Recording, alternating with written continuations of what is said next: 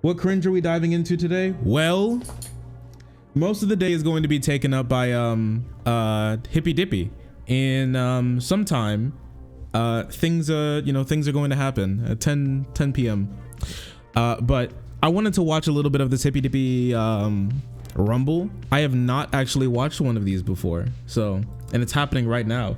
We're a little late, but you know what? We're fashionably late. That's what we're going to call it. Fashionably late. So if that's the case, I want to tune into some people's streams. Who should we tune into? What do you think?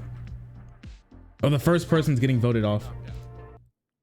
The second vote is for Trihex to be knocked out. For Trihex to be knocked out. No. R.I.P. R.I.P. in peace. It's all good. Yeah. You want to know how you're the real winner? You got to play the new.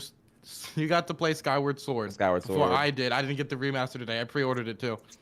No, that's all good. My Joy-Cons broke, so I ended up playing with my Pro Controller, which like really sucks for that game. But you know, it's all good. It's all good. Am I going on? The only thing I was gonna have Maybe. before I dip out here was I was gonna say that I was gonna make sure that we in the beginning we were gonna challenge our framing, that we were not gonna conflate here support or against the death penalty automatically being indicative of whether we are for or against life in prison or assisted suicide. Because I feel like oftentimes the three things kind of get automatically conflated together. And I was Here, let me I think together, but it's all good, y'all. I gotta go to bed. I got you tomorrow anyway. So keep lifting. See y'all next time. Have a good one, Trihex. Eat me. Have a good one. I miss him already. The next person is Hunter Avallone enters the ring. Hunter Avallone. Wonderful. Now, the next topic, and I only released the first two topics because I wanted to make sure that the rest of them would be spicy surprises. Because we don't have surprise guests, so we at least need surprise topics. And this one's gonna be an easy one, and I think we can all come together. The issue is mental health. Specifically self-diagnosis. What is this? All This is the, right, I'm getting the popcorn out on this one. Oh my I'll gosh. get in once or twice, but I'm getting the Wait. popcorn out for this one, baby. Okay. You may begin. Self-diagnosis, can I? Oh, Yeah, I can open on this because we all know who this is referring to. I Oh, come on, we know who this is going towards. One second. Thank you. Oh, we got an ad. No. Rip. We got an ad. Ripperino. I'm just trying to find the one with the best audio. We'll tune into Dylan's. Destiny's gonna shit this panel. Well, we'll see. People grin and bear it. They think that there's something wrong with them, but they don't look at it as a matter of mental health. They look at it as a moral failing. Being able to recognize in yourself the symptoms of various conditions is incredibly important to actually being able to get treatment and care for those issues that's right for you. Now, mental health is complicated. In America, a lot of people don't have health coverage. And in fact, good on Biden for pushing Medicare to have mental health coverage, which it is going to do if his package gets passed.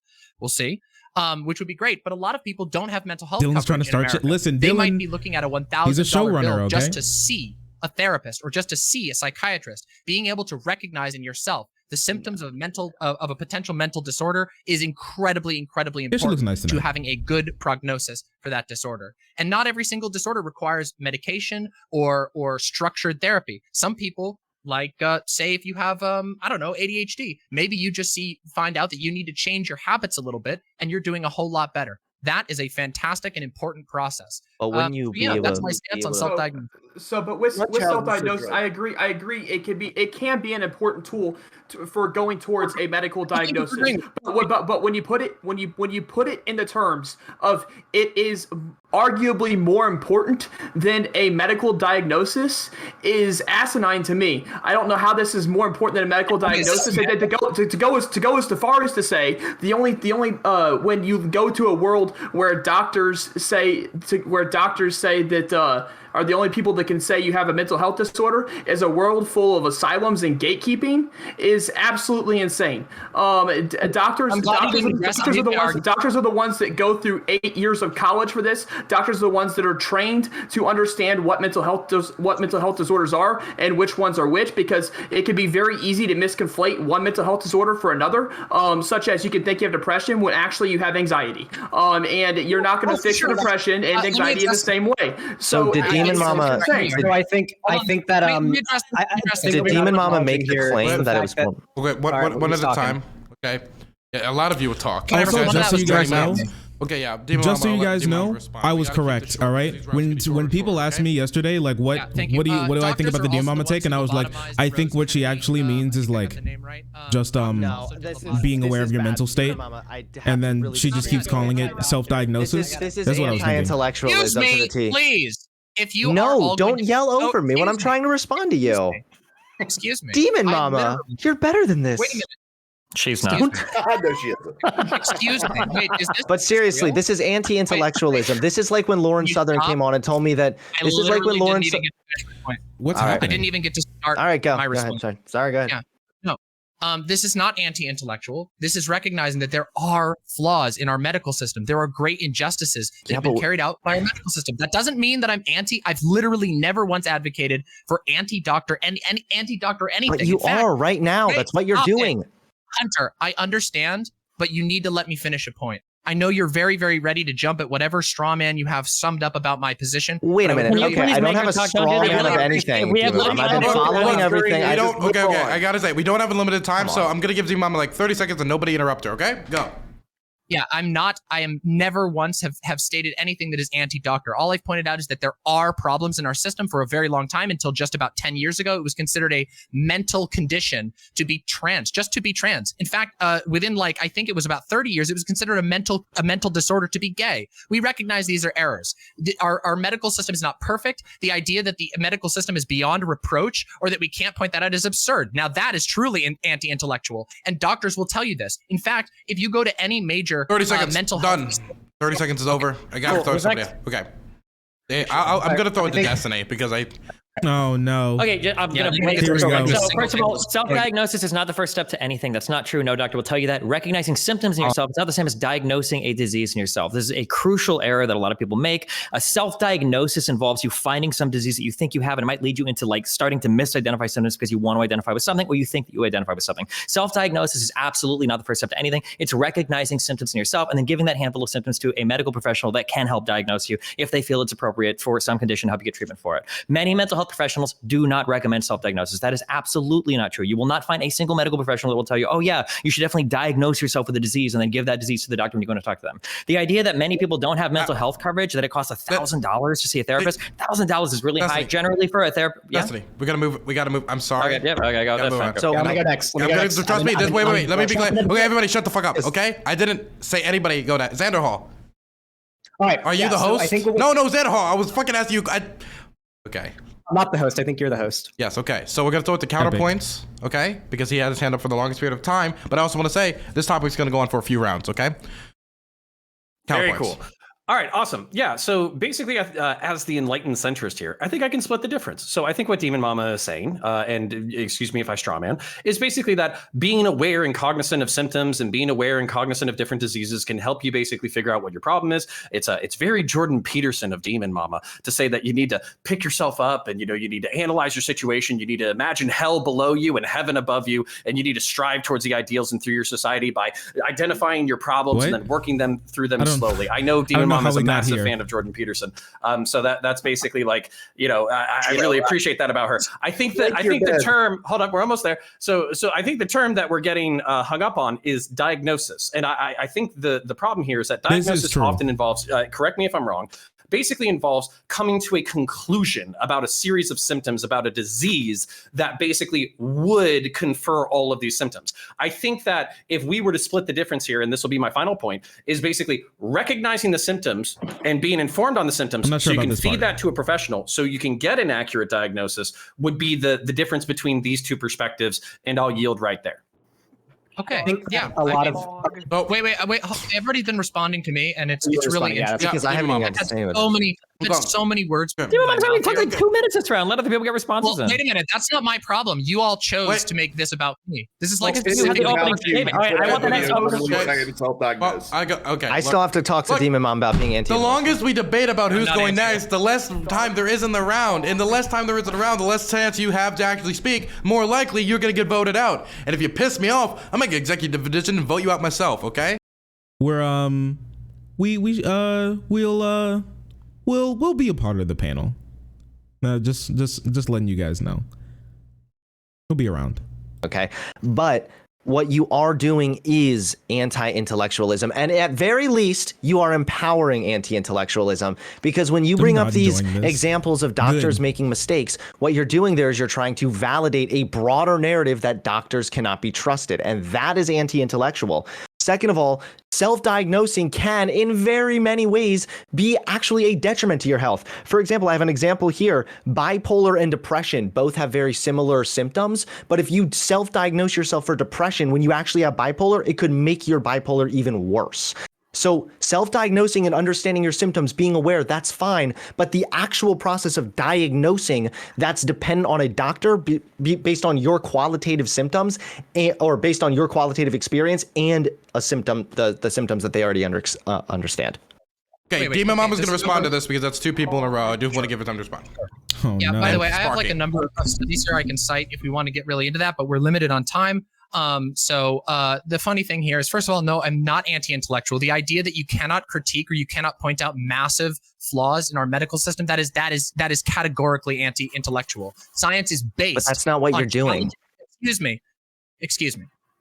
Science is based on challenging these things, even sometimes from an activist perspective, saying, hey, there's a problem here.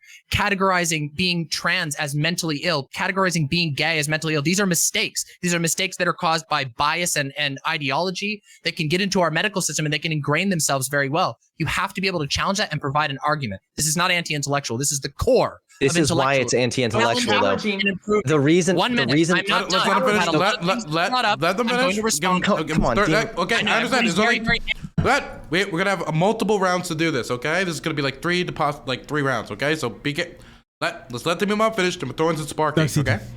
Can I bear it? Well, yeah, there's some sort of semantic thing as to whether people think that a self-diagnosis is final. I don't know what this is referencing to. I've never said. First of all, not even doctors give final diagnoses. If there's an issue with doctors give diagnoses all the time that they later change. This is a medical fact. You cannot contest this. Uncontestable. Doctors change their diagnosis all the time when new information arises. A self-diagnosis is just that first step. That's not your argument, though. That's only one half of your argument. I don't. Shut up, please. Excuse me. I know. Okay. Hunter, I can't help but feel like. Please. Okay, we're moving on. Okay, aircraft. I'm sorry. Like, if it's gonna be like every time I interrupt somebody, I know that I know you're acting this way. Like, we can't. It's gonna. These rounds are very short and concise. Okay, and I know maybe Twitch streamers are the best before that. We have to do that. Aircraft, then Loner.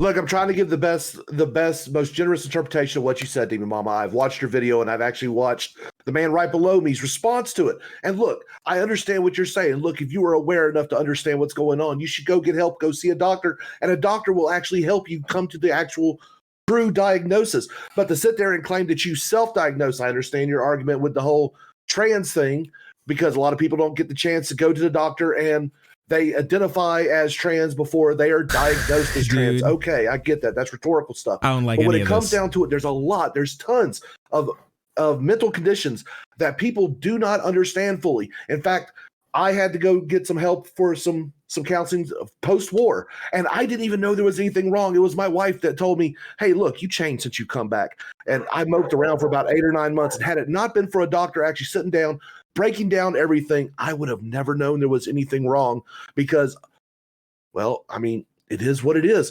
So I think it was framed. I think your argument was framed wrong. I understand in the most generous sense of what you were trying to say. I'm not going to say you're 100% wrong, but I just think the wording that you did just made it seem a little, just not good. Okay, but see, I hear where you're coming from. Yeah, I hate it when you just can't that transgender diagnosis. But wait, can I respond to him really quickly? I said LonerBox. We're gonna get to Loner. Then we have to end. Yeah, LonerBox. Then we have to end the round. Everybody wants to get in. Yeah, oh, no. I mean, I didn't really follow this drama at all because I don't hate myself, but I'll just go with what I've heard from here. So, like, yeah, self-diagnosis just as a broad term. Like, yeah. I can see the idea there because it's like if you go to a doctor and say like, yeah, I think I'm depressed, that, you know, that's kind of like a self-diagnosis, and your doctors inevitably, like, it is a science, but they don't scan your brain. They just ask you about your feelings, and a self-diagnosis can be a feeling. So, and you know, like I've read Foucault. I know that there's weird power relations going on between doctors and ordinary people sometimes, but it's like with psychology, that you can say that like the first psychologists, were child abusers and cokeheads and all that shit. The DSM was just a group of doctors shouting diagnoses at each other and filling in a book like on the fly. But it's come along since then. You could actually make that criticism of all medicine. So you could say, I don't know, self-diagnosed, but like it's always, your diagnosis is not going to be 99.999% of the time as informed as the doctors. And although it's a power relation, I think it's a healthy one generally. Okay, that's fair. So the person voted. The person. End of the round. Person getting voted out. First vote is for Sprouticus again. Rip. So my take on this personally, I think it's perfectly fine for you to be able to identify problems like within yourself, and then be able to bring that to a doctor, and then you work with your doctor to come to a diagnosis. I wouldn't say that you should. I personally would not say to come to diagnose yourself. I would absolutely, no, that's the wrong thing. Open the wrong thing. I would absolutely say do not do that.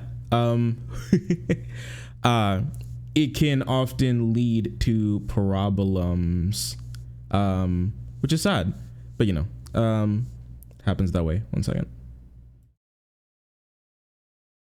You'll just like jump in there. Okay. Who's gonna win, Ali? But I do think there's a lot of utility in that. I forgot to tease you guys about whether I was next. Feeling like shit, you've got no motivation.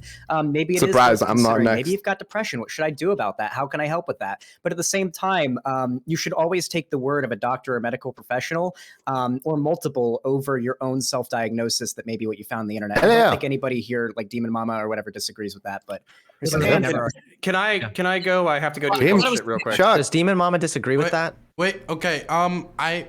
Counter. I'm gonna throw the counter then Demon, because Counter hasn't talked in a little bit, so I think it's only fair. Okay, Counter. Okay, so the definition is the identification of nature of an illness or other by examination of the symptoms. I could understand if we were to split the difference through this definition, then basically Demonmama would be saying analyze the symptoms, try to come up with a diagnosis, not because you basically like want to self-diagnose, but because you want to start analyzing the problem. And Xanderhal, I think what you said is very similar to what Jordan Peterson said. Or like, basically see yourself as an agent of order in a world of chaos, basically start from scratch, analyze the things that you can control and the things that you can't control. And then basically like, move up from there. So I really appreciate everybody coming out and standing Dr. Jordan Peterson in this conversation.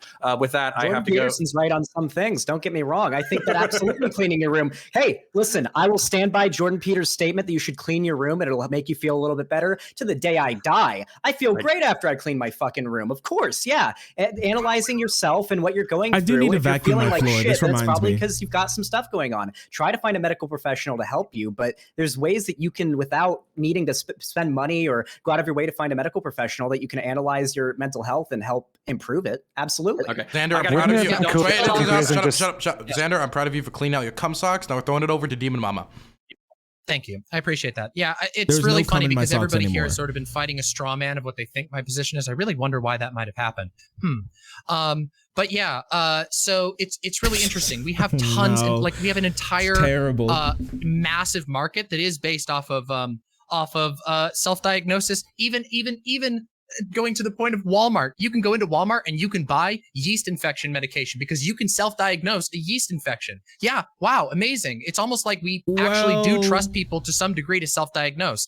Now, it's interesting. People have come up with all these weird straw men that I've never said, literally never once said avoid a doctor, literally never once said like self-med or any of these things. You've been coming up with the most extreme examples because you need me to look bad, because and everybody here knows that self-diagnosis is a thing that normally happens, that understanding these things is essential. And not only that, but again, I have study after study after study here. I can drop them in the chat if you want to, that shows that patients that are more informed about themselves, their potential diagnosis, there's a potential final diagnosis, which is never final. No diagnosis is final. Even with cancer, it's not final. You could find something that's totally different, but this increases their outcomes.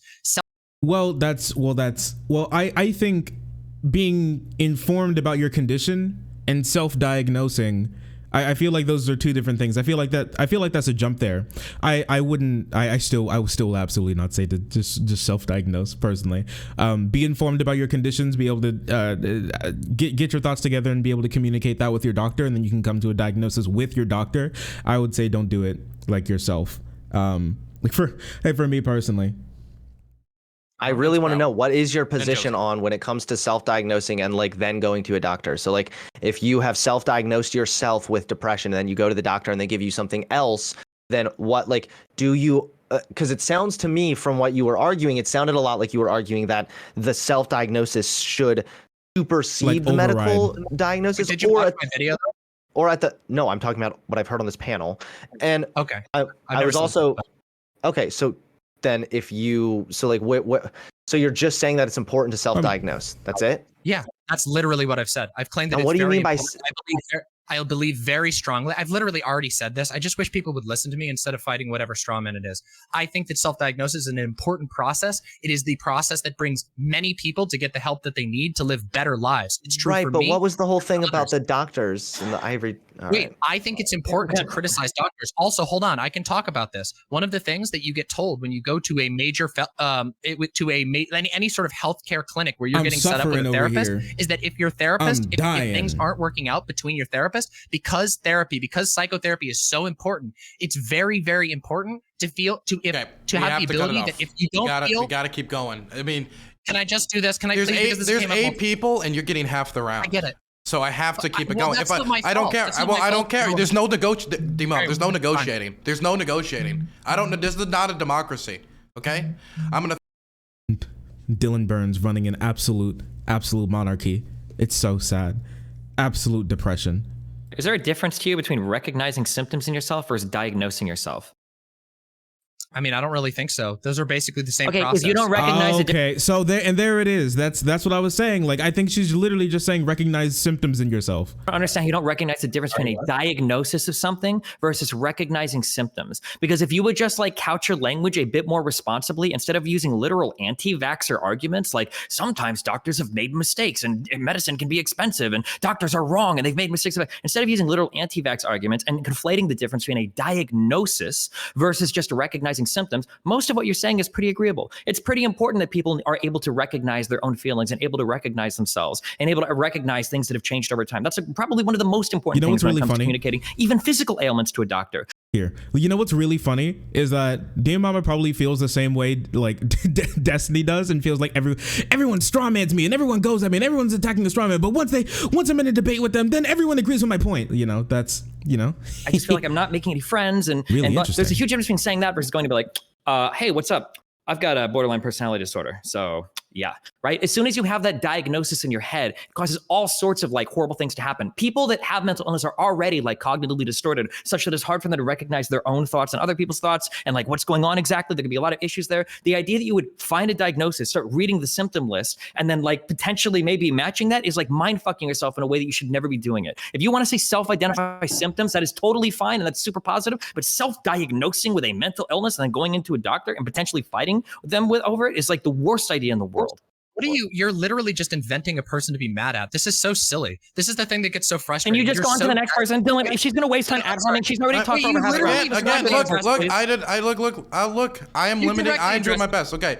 Yeah, well, okay. This is the thing about direct addressment, okay? I'm suffering right now. You have to make do with the time you have. That's the whole point of this, right? If you don't got the time, then you kind of up shit creek.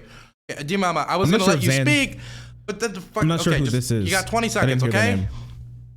20 seconds to respond to all that. Okay, she sure. Wasted 5 of it.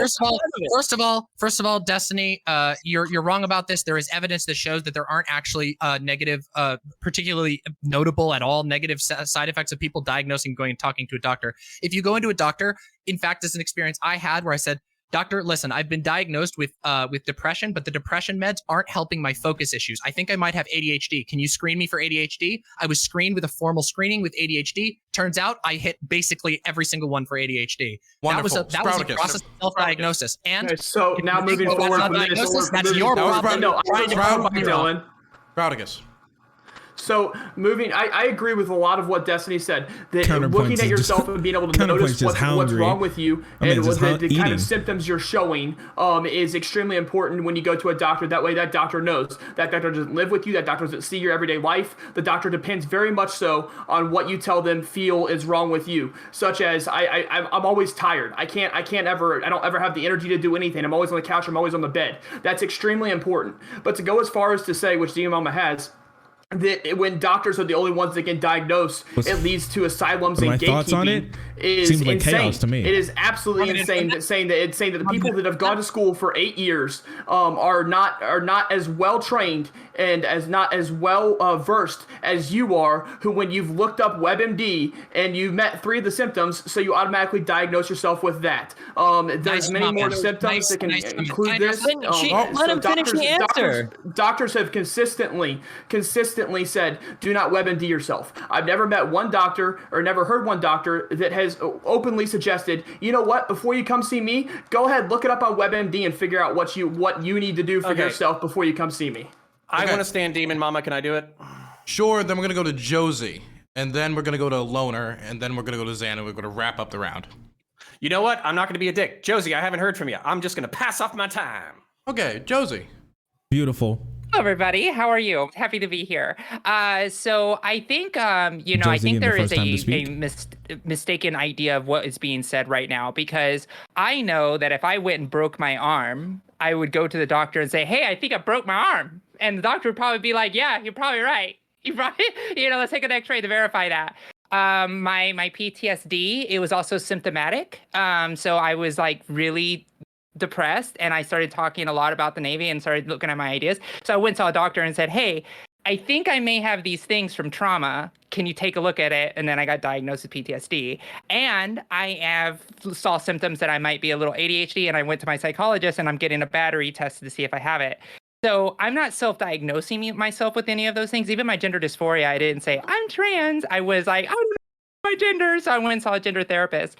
So I think that the argument that you're trying to make, Demonmama, is correct. I think it's just one of the things of like the self-diagnosis and like being diagnosed officially is the issue. But I think we know ourselves, and I think nobody here is going to argue that we know like the things that are going on with us. We wouldn't see a doctor unless we think something's wrong. We wouldn't see a therapist unless you think something is wrong. And sometimes those symptoms are the things that come up. So I agree. I think that a patient can understand themselves, but I don't think they should go around saying, I have ADHD without an actual diagnosis. I agree with you. I never said that. Mm-hmm. I never said that. I'm not saying you did. I'm not saying you did. I'm just wonderful. We're gonna go to next it was LonerBox then Xan. Yeah, I just had a couple of clarifying questions actually, because when I first saw that there was self-diagnosis, whatever, I just immediately thought, like when you go to the doctor and say, yeah, I think I'm depressed, then they check and then they, ask you about your symptoms, and then they come back with a diagnosis, and it's them who makes the decision. Like Demonmama, you actually said when you went to a doctor and then you asked about symptoms, and then you asked, I think this might be ADHD, can you screen for ADHD? And then they said yes, ADHD. Is that right? So as far as I know, that's you. Your self-diagnosis was much less conclusive than the diagnosis of the doctor. Would that be fair? Yeah, for sure. I never said that. I've never once made the argument that self-diagnosis should be the conclusion. Of course, I've literally said I just want to follow up then. So Destiny, was your problem with the self-diagnosis thing just that that term online in the age of Tumblr and shit, or what was the problem with that term in particular? They're using the words wrong. Whoops, sorry. And your own symptoms. That's what you're doing. That's what you're supposed to present a doctor. You're supposed to give a doctor your symptoms, not a diagnosis. Saying that I'm depressed or I have attention problems, maybe ADHD, that's fine. But there's a difference between that and here's the diagnosis I have for myself. But people don't seem to want to understand that for some reason. So for me, I was in the sciences in high school. So for me, a good way to understand this would be Demonmama is calling this you bring this to your doctor, the conclusion, okay? It'd be like the abstract of a scientific paper. But what it actually is the hypothesis. You can bring the doctor your hypothesis, and then they can test the hypothesis. That's the scientific method, and then come to a conclusion. Your hypothesis could be right. It could be wrong. But I don't think you should call that self-diagnosis, personally. Yeast infection going on there and knowing what's going on in your head. The human brain is unbelievably complicated. Right. Everyone has different chemical balances, structure inside of the brain. It's very complicated. I do think, and I don't think anyone here disagrees with this, that acknowledging you've got symptoms and trying to help to alleviate them while you find an actual diagnosis from a doctor is a bad thing. I think what's happening here is a huge misunderstanding of terminology, and that's unfortunate. But I think for the most part, we're all on the same page. Okay. I would argue that there's a deliberate attempt to misinterpret my statements. If you want to say that, the word self. Sorry, go ahead. Round is over. You'll be able to open the next round. We have one more round where we're talking about this. Okay. So I've gotten the first vote, and it's for Sprouticus. Man, they're gunning for you, Sprout. Jeez. They're gunning for you. Which judge hates Sprouticus? Every single one, right? Can I say that? Get some names out of you. Yeah, I kind of want to say. I'll ask him if I can say it. The first one is Sprouticus. The second one is for Connor. Rip. And the third one's for Connor. Connor, that's what you get for being nice. And Hippy Dippy Get the Rumble. fuck out of here. That's what you get for being nice. You gave someone else time. Look, you helped Josie out, and then boom, in the bag. Listen, that's what happened. That'll teach me to be nice. That'll teach you to be a nice person. Yeah. Hi, Connor. Was it Jordan Peterson said about nice guys? Yep. That's what happens. Hey, before you yeet me, Jordan Peterson won this round. All right. Wonderful. Bye. You have a good one. Clean your room. It's true. Clean your room. Open some windows. It's true. It's good for you. You yeeted. Amazing. Okay, is anybody gonna waiting for my staff to eat it? But there we go. Okay. Next we have Primecayes, and also I didn't shout out Josie at the start of the last round, so Josie's here too. Okay, we're gonna continue. Demonmama, you can open this round. Mental health, same issue. Wait, no. If she opens, then everybody responds to her, and she can talk for 30 minutes. How should she get another opener? Dude, calm down, man. You know what? Destiny. I haven't even got a chance to talk to you. Destiny. Yeah. Who asked? Demonmama. Damn. Thank you. Yeah, so I really encourage people to go actually watch my video and not just listen to whatever nonsense has been filtered through Twitter. The fact that, like, first of all, the idea that, like, saying the word self-diagnosis is somehow deeply inaccurate is just ridiculous. I don't see Prime self-diagnosis is a perfectly like himself, valid term. you You know? could also say non-clinical diagnosis, but a self-diagnosis is naturally non-clinical unless you're a doctor. And even then, you know, there's limits to your ability to diagnose yourself. Obviously, there are varying degrees of complexity for all kinds of things that you might engage with. But what I said in my video, the wording was, arguably, self-diagnosis is the most important step. And I think it's interesting that people have ignored that in order to say that I'm some kind of like anti-vaxxer. It feels very. I did a little bit of research, and one study that I found showed that self-diagnosis can come to what about 18% of the final diagnosis of patients. So 18%, you know, statistically, you know, that's substantial. 18% is like not that high though. Analysis, then I guess you should probably talk to Windows as well, because they have your diagnostic tool that helps you figure out what's wrong with your computer, and you're not a technician. So I guess you might want to have a word with Microsoft as well. Okay, Sprouticus and Zan and then Destiny. No, people like LonerBox. So, they like. I LonerBox has been on here because he's the only guy on here with painted nails, so they can't kick him off. Semantics. I'm not here to argue semantics. Recognizing what is wrong with you in your life is very important when you're dealing with disorders, when you're dealing with what's going on. Recognizing your arm hurts, you fell on it, it hurts very bad. You may have broken your arm, you also may have sprained your arm. Those are two very different things treated in two very different ways. And the doctors, and this is going to kind of close mine kind of statement, is that the doctors, when you go to a doctor, they don't trust the patient. They never trust the patient when the patient walks in. Doctors will 100% verify what you say. Here, guys, I'll be right back. You don't walk in and say, yeah, this happened to me, and this is what's going on, and this is what it is. The doctor will never trust you. They will always take a step back. They will always do something else to verify that is what it is before they make a diagnosis. You don't just walk into a doctor, say, yeah, I've got this, and they'll, oh, yeah, you must have that because you told me that you have that, and here's your medicine. I don't think anyone disagrees with this. No, I do. That's not true, by the way. That's not true. Okay, wait. Yeah, the idea that doctors don't trust the patient. No. So we have a time keep. We're keeping time with track of how much people talk. So we're throwing it over the Zan, then Destiny, then Prime. Okay.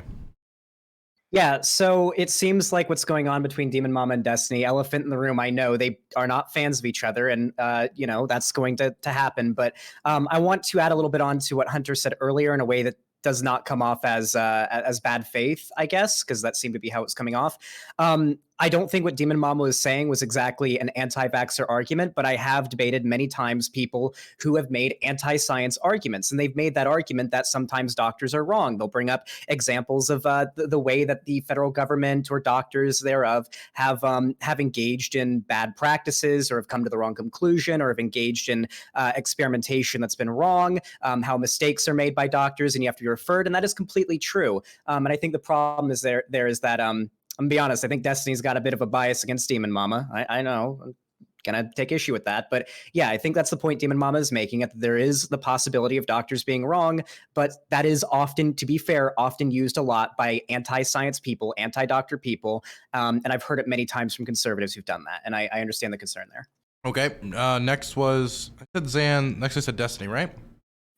Yeah, so the difference between trying to like self-diagnose like an obvious physical ailment versus a mental ailment is entirely different. Like generally, like a cognitive distortion doesn't occur when you break your arm. Anybody can look at their arm and see if it's clearly broken. And it also doesn't even really work as an example, because if you say that you quote unquote broke your arm, the doctor's not just going to treat it like a broken arm. You're going to get an x-ray to verify it. Now, there isn't a comparable thing like that for the brain, unless you like kill somebody and chop their brain open and start like trying to like test for gray matter or something, right? Like there isn't like there's generally not a physical test for the vast majority of like things that affect the mind.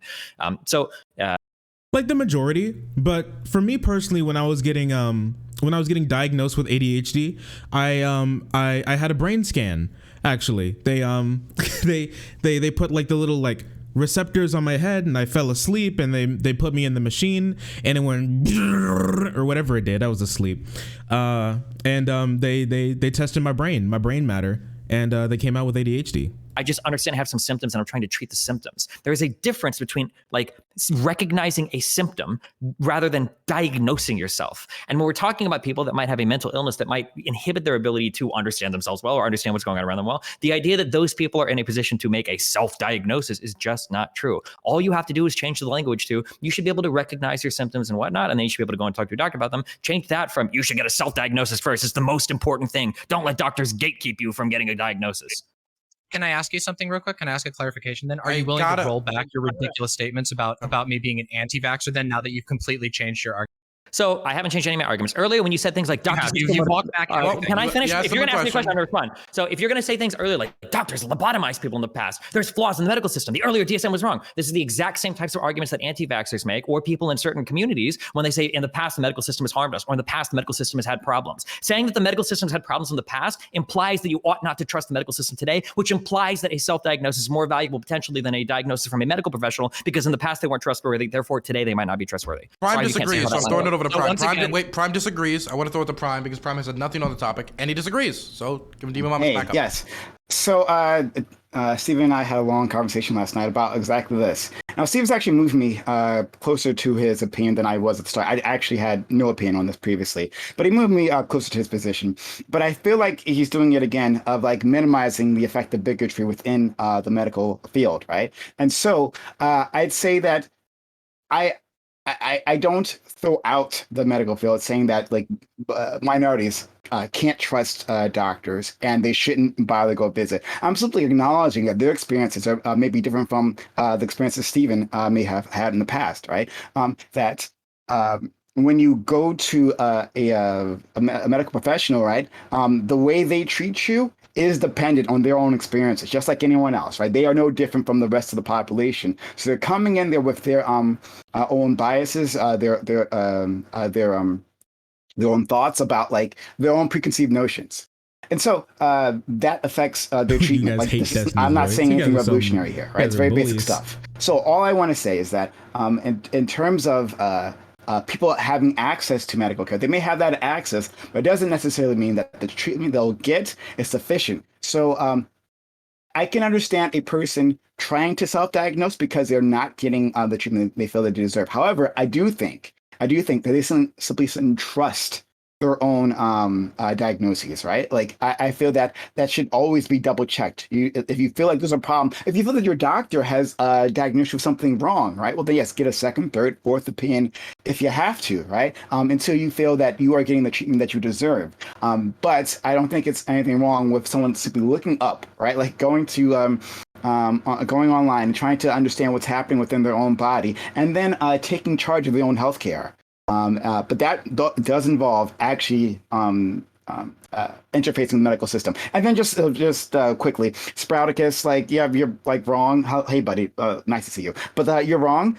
Doctors, of course, rely on patients to explain their symptoms, right? You don't just come into the office, sit down, stare at them blankly, and they're like, "Oh yeah, all right, I got this." No, like they take in your input. Now you could be experiencing something and not realize exactly what you. I mean, it's something what Dustin was saying, right? You can experience something and not actually understand what you're experiencing. Just so you guys know, that to a doctor, but it helps them. We probably won't be able to talk about this on the panel. Right. So you can rely. I mean, doctors can rely on what a patient says, but they never trust 100%. That's what the patient means. Patients lie, and you hear this all the time in the medical community. You watch House. Good work. So no. Actually, so you didn't hear that profession about House. Okay, so I haven't been able. Okay,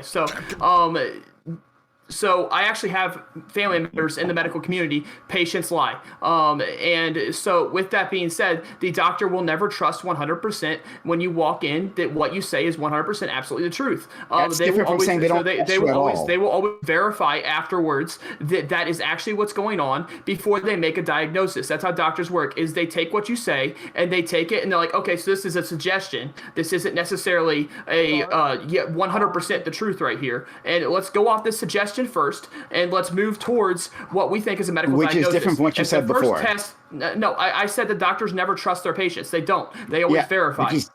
They always verify. Those are two different things. There's a couple things I can say here.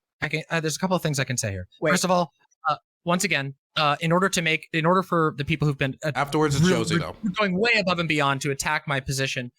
They have to strip literally all context and prescriptions in order to make it seem like I'm making some sort of anti-vax thing. Literally never said anything. In my video, I went into great extent about where and why and the issues that are there with the mental health industry in our country, with whatever. And these are real issues that are very, very extensively discussed. For example, I have right here a published study by Kaiser Permanente, I believe the biggest healthcare provider. And her audio is cut out. I was about to say, what's going on? Sorry. I'm gonna have to throw it over the top. Okay, I'm back. Okay, we gotta. Thank you. Okay, thank you. I appreciate that. Am I able to finish? Well, no. Now I got to throw to Josie. You took too much time. Should have wasted so much time on the personal shit. Sucks. Okay. All right. I'm gonna bring it back.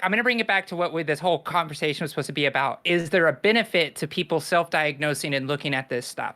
And what Primecayes said is absolutely right about how people are treated differently once they go into that doctor's office. If they're black, if they're a woman, or if they're trans, if they're white, they're affluent. There's so many ways that doctors listen to you.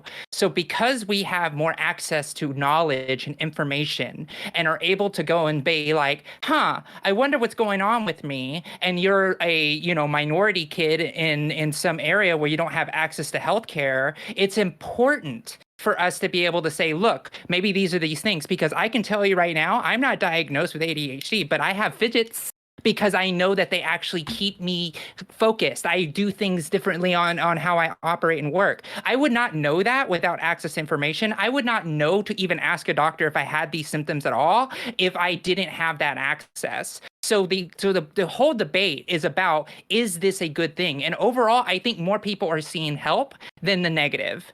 So in my opinion, just for the sake of debate, yes, I think that the access to information and having people understand their symptoms for a healthcare system that isn't equitable is a better thing overall. Could it get better? Yes. Is there more access to healthcare needed? Yes. But I think right now we're in a good place of learning more about ourselves and our own humanity. Okay, we have 1 minute. We have 1 minute left, and two people haven't talked. So I want to give it to Hunter and Box. Let's go. LonerBox doesn't talk too much. Demonmama, I understand your point. I think that it's important to be able to self-diagnose. If that was all your segment was, which was on self-diagnosing, then that would probably be an overall agreeable thing, that we should be in tune with our bodies and understand our symptoms. Sure, why not? But the problem is when you are mixing that in with this long tangent about how like the medical field, the past mistakes, the gatekeeping doctors, this leads to the asylums. I know at one point you even use the word the ivory tower. Even if you are not actually anti-intellectual yourself, you are lending credence to anti-intellectualism, which is that your self-diagnosis will supersede that of a professional. I think that, never claim that, and I request that you please engage with the things that I actually said in context, and not just I'm not saying it's not just about what you just said. It's about the consequences of what you've said. Okay, so now I have to throw it over the box because we're gonna go over a little bit. Box, wrap it up for us. I don't know. I feel like I'm lost in translation. I'm trying to think of every single time I've heard someone I know in real life mention the word self-diagnosis. It was always in the context of I've got this feeling, and self was basically like serving the same function as a word like informal or shit diagnosis, just like incomplete diagnosis. Like I don't think I've ever heard someone say self-diagnosis in the context of I'm like overriding the medical profession, or as even as any general kind of attack on the medical profession. I don't understand, but I don't know, maybe this whole conversation is just like more about pride than the arguments, but that's just a personal informal diagnosis. No, I mean, for me personally, I've seen this happen before, and it's not about overriding the medical decision. A lot of the things that happen when it comes to you like self-diagnosing, a lot of the problems that happen, a lot of doctors talk about this. It isn't really like picking the wrong one. It's not going to the doctor, period, because you think you've gotten it figured out. And a lot of people actually do that. And a lot of people skip out on some things where they can be missing some things, so they don't have a formal diagnosis. They don't have the people there. They don't have the experience. And a lot of times that happens. A lot of mental illnesses can go under the rug. I personally, I don't know. You ain't taking this one home either, okay? Sorry. Hey, I just came here to make new friends. It's all good. No, they kicked off Loner. Knock 'em dead. Rip in peace. See you later, buddy. Okay, bringing the next person is next topic. As we have a Latinx streamer on the stream, we're gonna be talking about Cuba. And there's a lot of stuff going on about Cuba. There's protests on the street. There's sanctions still placed on Cuba. And there's a big discussion about what's going on in Cuba right now and what's going on with the future of Cuba and American and Cuban relations. No, I'm not. I'm not on the panel right now. They can't bring up my point. The problems going on with Cuba right now have almost nothing to do with the embargo. The embargo's been going on for decades. The United States is able to export food and medical supplies to Cuba. Cuba just makes really bad macroeconomic decisions. People there that are having protests are doing it on behalf of the fact that, one, it's an authoritarian regime, believe it or not. A lot of people don't like authoritarian regimes. And two, they're having problems getting access to food and shit. Their ration cards are unbelievable. And three, the way that they run their economy and the way that they run like their agriculture sector is incredibly inefficient, and it doesn't work. And the country just has a whole bunch of problems that are independent of anything related to the U.S. embargoes, which is what every left-leaning person wants to blame 100% of Cuba's problems on. No, it's the CIA. And that. I mean, I think that's a little bit of a. I mean, I think that's a little uncharitable towards the lefties. But I mean, I think there's points to be said about the extended embargo. But I don't think there's. I think it's very strange that there's an attempt to sort of project a lot of political sort of prescriptions on a protest that's going like. Protests happen in every country. Protests happen here. Like, I think it's perfectly reasonable to assume there are people who have legitimate grievances with the Cuban government, especially given a lot of controversial things that the Cuban government has done in the past. But I also think that it's not fair to just completely disregard the fact that there has been not just an embargo, arguably a blockade that's been put on Cuba, and that is going to damage things. That's going to lead to bad living conditions. Once again, I'm not on the panel yet. We've talked about this extensively. Right? I'm just covering up Zan. How Trump affected Iran with the sanctions in Iran just driving COVID deaths through the roof. Maybe this particular protest doesn't have a direct connection to the embargo/blockade, but I think that ignoring that would be ridiculous. And I think all of us being Americans, it's important for us to recognize that keeping the people of a country completely choked out of world trade is going to have a lot of negative effects. And also it might even encourage more authoritarian behavior, because if a country feels beset on all sides, if they feel like they have no allies that they can work with whatsoever, well, they might crack down in order to hold power. I think we've seen this in numerous cases where authoritarian governments gain power by taking advantage of the the external factors that are being imposed on them by whatever world power. I think this is one of those situations where ignoring that would just be out of hand. Got it. Can I go next? I was about to say, like, Dylan trying to go next. Hey, how's it going, everybody? Demonmama, I have to have a chat with you about this self-diagnosis thing. The topic's over. Later. The topic's okay, over. But wait. Yeah. And okay, I want to say, as someone who is from Iran, I know that the economic sanctions definitely fucking hurt a lot of ways, but I think it's foolish to fall into this trap of saying that it's only the economic sanctions that are causing problems in any of these given places.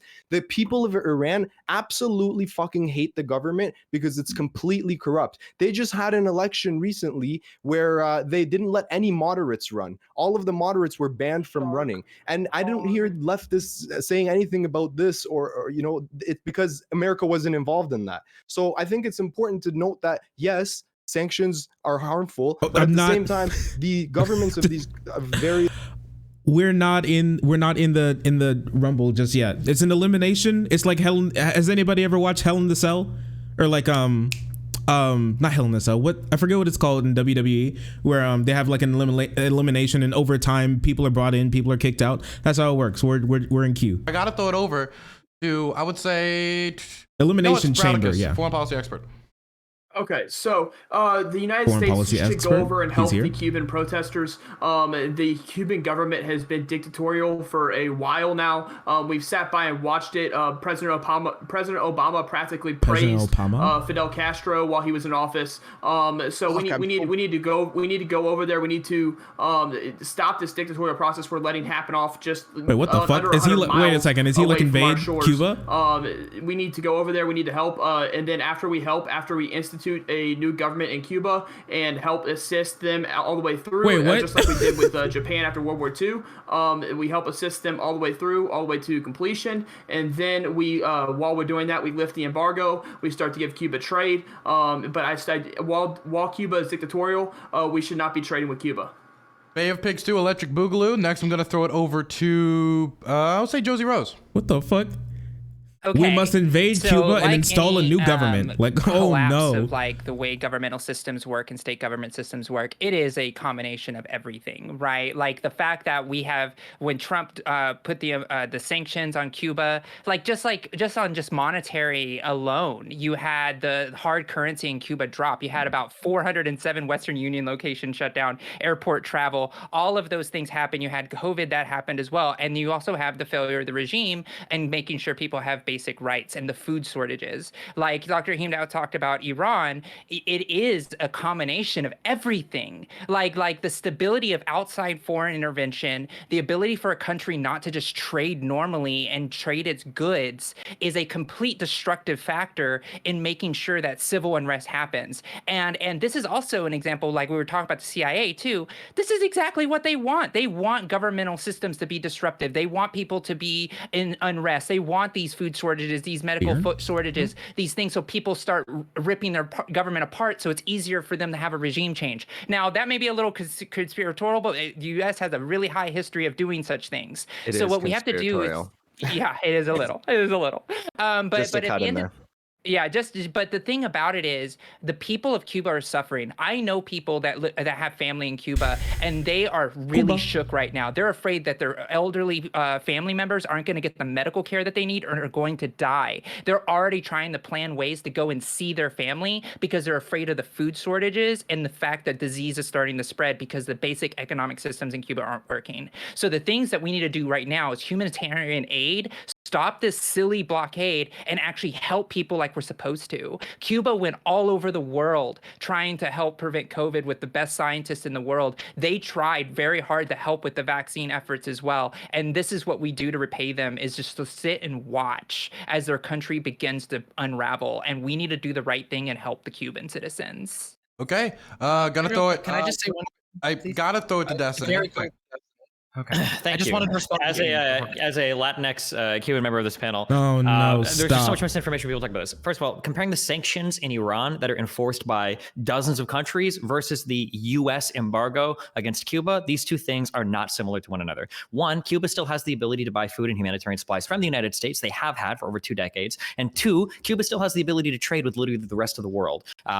Sorry for the ad hom, but I think it's a little rich that lefties that say that America engages us in imperialism all the time, that America's this horrible trading partner, are saying that Cuba is suffering just because they don't have access to the U.S. like markets. That's pretty funny to me. Number two, there is no blockade. I don't know why we keep saying blockade, but there is no blockade. That doesn't exist. Number three, talking about the fact that like the Cuban currency dropped, it did. But again, these are macroeconomic policies related to how the Cuban government runs its monetary system. Their ending of the dual currency system is why their currency is having so much trouble. Their inability to export goods or services to other countries because of their horrible mismanagement of their agricultural sector are not things that can be blamed on the United States. I'm sorry. And then in terms of the country cannot trade normally, the country can trade normally. They can trade normally with everybody in the world, just not the United States. Again, no, I'm not in right now. I'm not in right now. Foundational to a country surviving. That's just kind of We're ironic just watching until we get say in. that the U.S. engages in like predatory trade practices.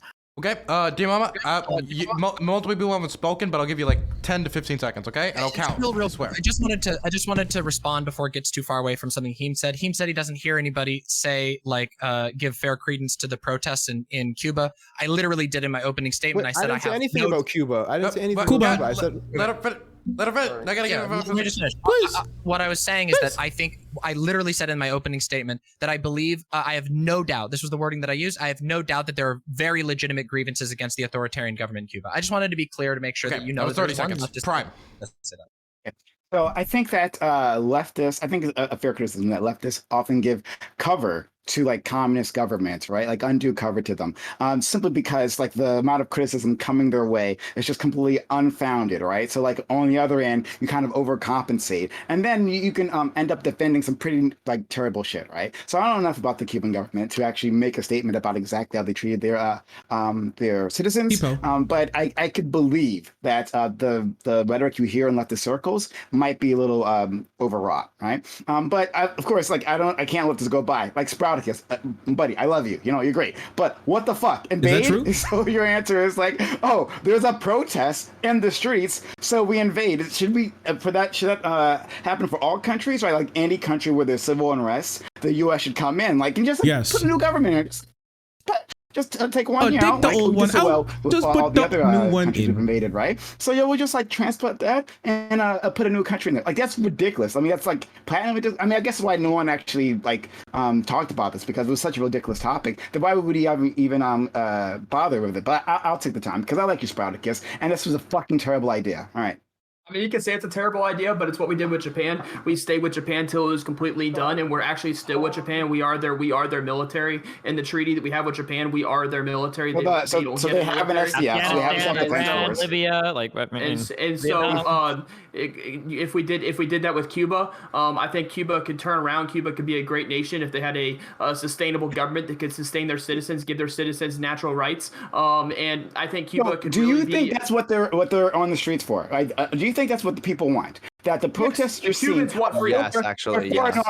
are for an American invasion. Now they may be against their country, right? They may be saying that the regime, they don't like the way that it's operating. They don't like how the economy is going. But do they want bombs to be falling in Havana? Is that what they were protesting for? Freedom bombs dropping on their heads? Is that what they want? Wouldn't it be good to know what they're advocating for? Wouldn't it be good to know what they're advocating for before you say it's the CIA? Right? I'm sorry. Yeah. So this is one of those surprise topics. I didn't have time to prepare for this one, but I've looked into it a little bit, so I've got a bit to say. Definitely don't think the CIA is involved with this. That's pretty conspiratorial. Like I don't know why that was brought up. But it seems like the people protesting here are protesting for reasons that people generally tend to protest for, and that seems to be a lack of basic needs that a human being needs to survive. It seems like Cuba's access to food and medical supplies has been waning for a while, and the coronavirus pandemic has massively harmed that. The average income seems to be about $60 a week or less in Cuba, so a lot of people are living in poverty. Not to mention the pandemic also harmed tourism pretty badly, and Yo, we got like 20 minutes until we hop on. Are you guys excited? The economy.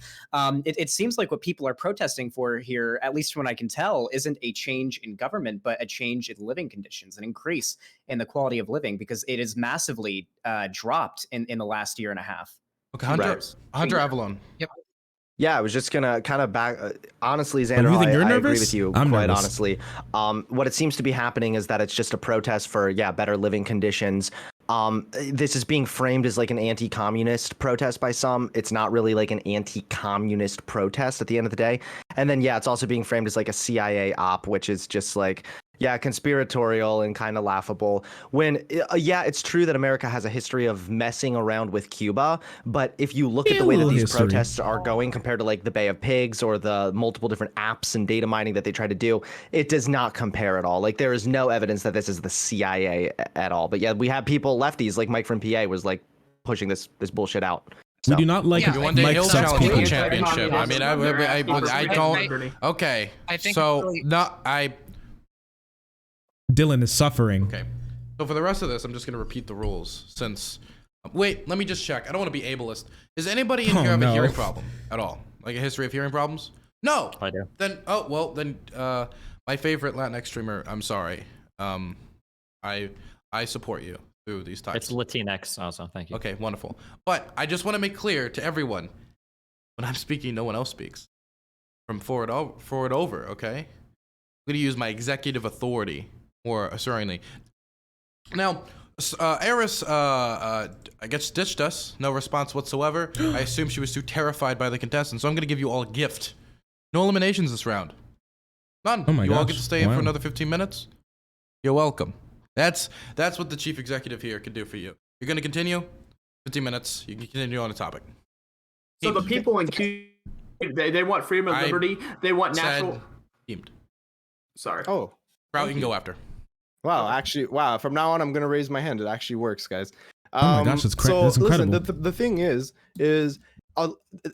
we're people on Twitch, especially content creators, people want to just comment on breaking news right away. I've refrained from commenting on this situation because I know that there's probably a whole lot of fucking nuance that I need to educate myself on before I fucking weigh in on this shit. But you have people who put in all capitals CIA involved in Cuba before they even fucking read into what is going on. And I think this is a major problem with like the over-radicalization that exists on this platform in all cases, whether we're talking about medical information or the CIA. That there's so many situations in which people just need to look into it a little bit more before right away jumping to the most conspiratorial position. It might be a case that just perhaps there's a downside of capitalism or something that causes a certain problem. But when we go right to the extreme position of like, okay, that's it, just overthrow everything, everything's fucked, then it's like, what is the point of even having these discussions if we're just going to go right to from the extreme right?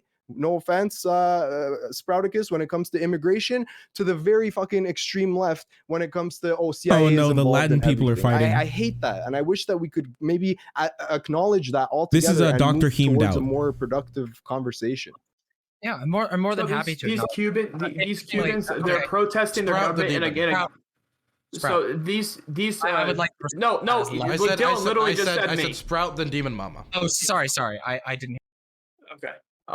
So these Cubans, they're protesting in a government they're not allowed to protest against the government in.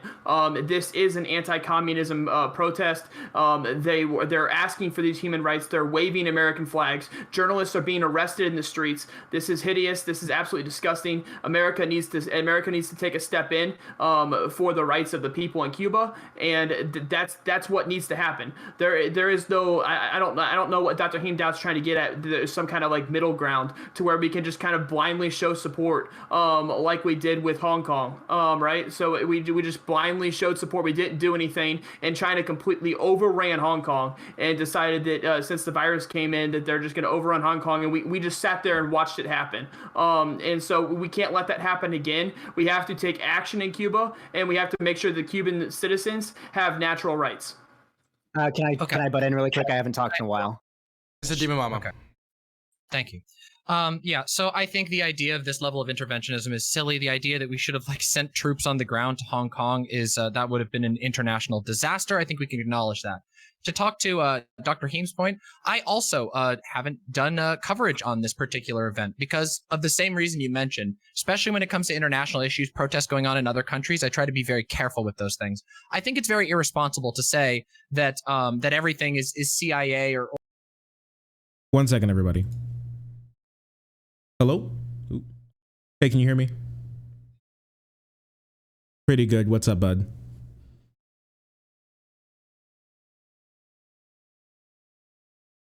Since that fateful day.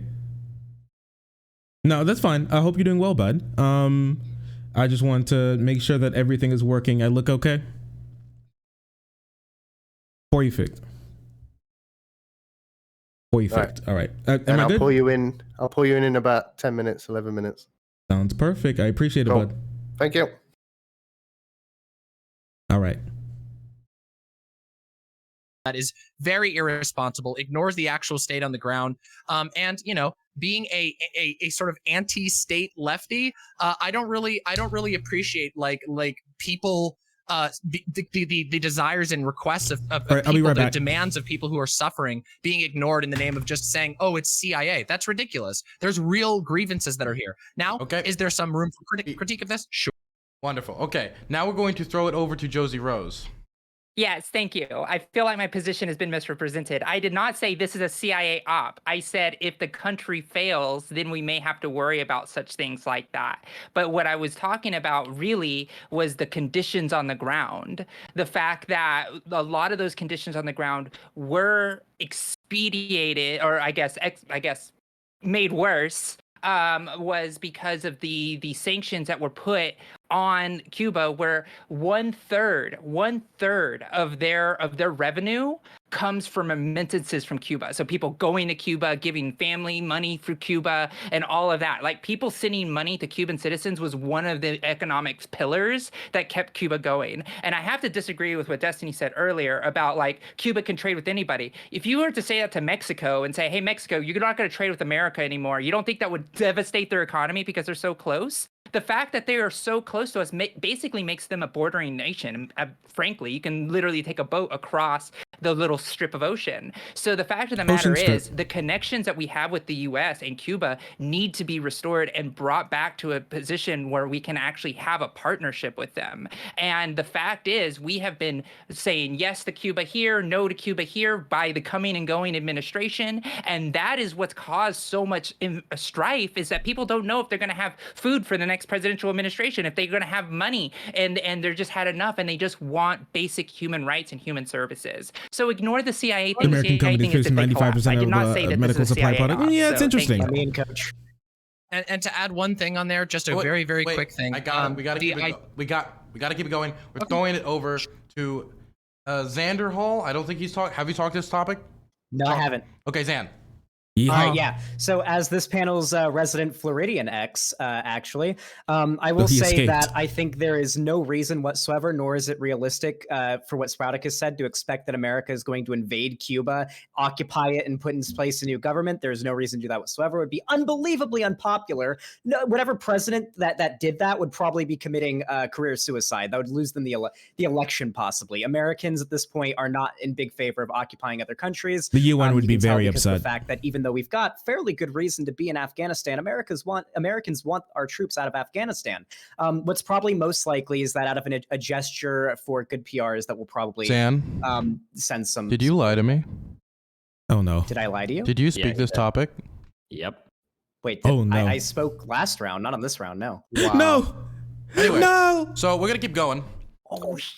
Can I add one small thing to what Josie said? No, we gotta go to the next person. We're gonna go over to. I just gotta make sure everybody has time to talk to something. Who hasn't talked yet? This topic? Did he talk that time? I don't remember. See the difference there? Who hasn't talked this round? Anybody not talk this round? Yeah, nobody's gonna fucking lie to me anymore, are they? Nah, nobody's gonna fucking lie to me now. Okay, I'm gonna throw it over to nobody else really wants to, who wants to talk? There we go. Okay. There you go. So we're gonna throw it over to Prime, then Demonmama, then Destiny, then Sprout, then we'll wrap it up. So I'll say that when you're talking about American interference, simply the thought of discussing American interference, he let the power go is to not his crazy. head. Understanding the history of Cuba, It always goes to the his history head. of American foreign policy, that is not crazy. However, stating it as fact that the protest we're seeing now is a CIA operation, right? That's plain. Did anybody even bring up CIA? That is irresponsible. We're talking about CIA. I don't think anybody ever thought did. that we might have something somewhere to do with something going on with Cuba, I think is not insane. I think all right, sure. But again, Sprouticus, I love you, right? So the bombs, right? The murder that you're endorsing, right? Because this is what it is, right? So the Cuban government won't simply lay down arms, I give up, it's over, right? Had a good run, boys. No, they're gonna fight, and people are going to die. And this is my problem all the time when people talk about these invasions, to say just so lightly, oh yeah, we'll just invade, we'll just install the new government, right? Have you missed the last 20 years of U.S. foreign policy? Have you missed all of that? Yes. And how well that's gone? And just to say that, oh no, we'll just install a new government, I don't how does anyone take you seriously? I don't get that. Again, I love you, buddy, but what's going on? Bodied. Good question, guys. Okay. Who did I say next? Destiny? Me. I think you said Demonmama. Oh, Demonmama. Okay. I don't want to answer. I just have a small thing to add.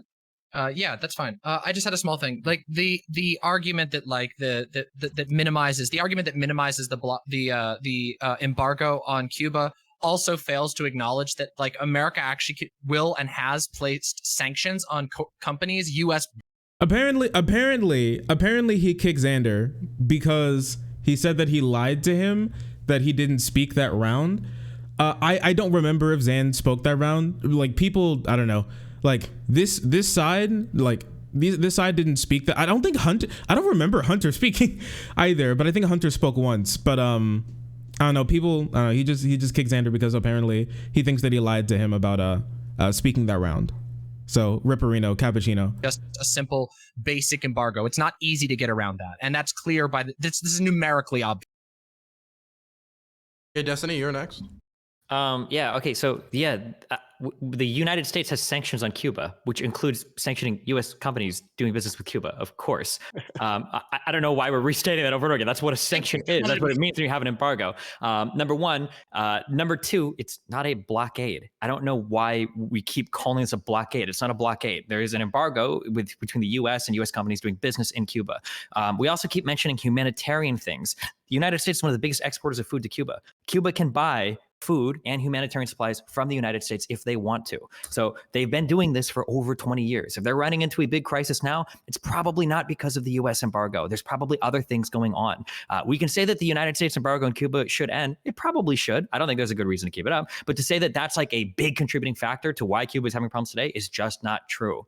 Also, the other comment somebody made earlier about how Cuba used to make a lot of money in remittances. The idea that your country is kept afloat by people going to the United States and then shipping back USD to your country to keep it afloat. Number one, it's funny that you think that is required for the country to function. And two, Cuba also themselves rejected or turned away people from being able to deposit US dollars into their own banks because they're trying to crush the black market that they've got on currency exchange there as well. So that wasn't just the US sanctions. It also had to do with Cuba trying to curb their Forex problems as well.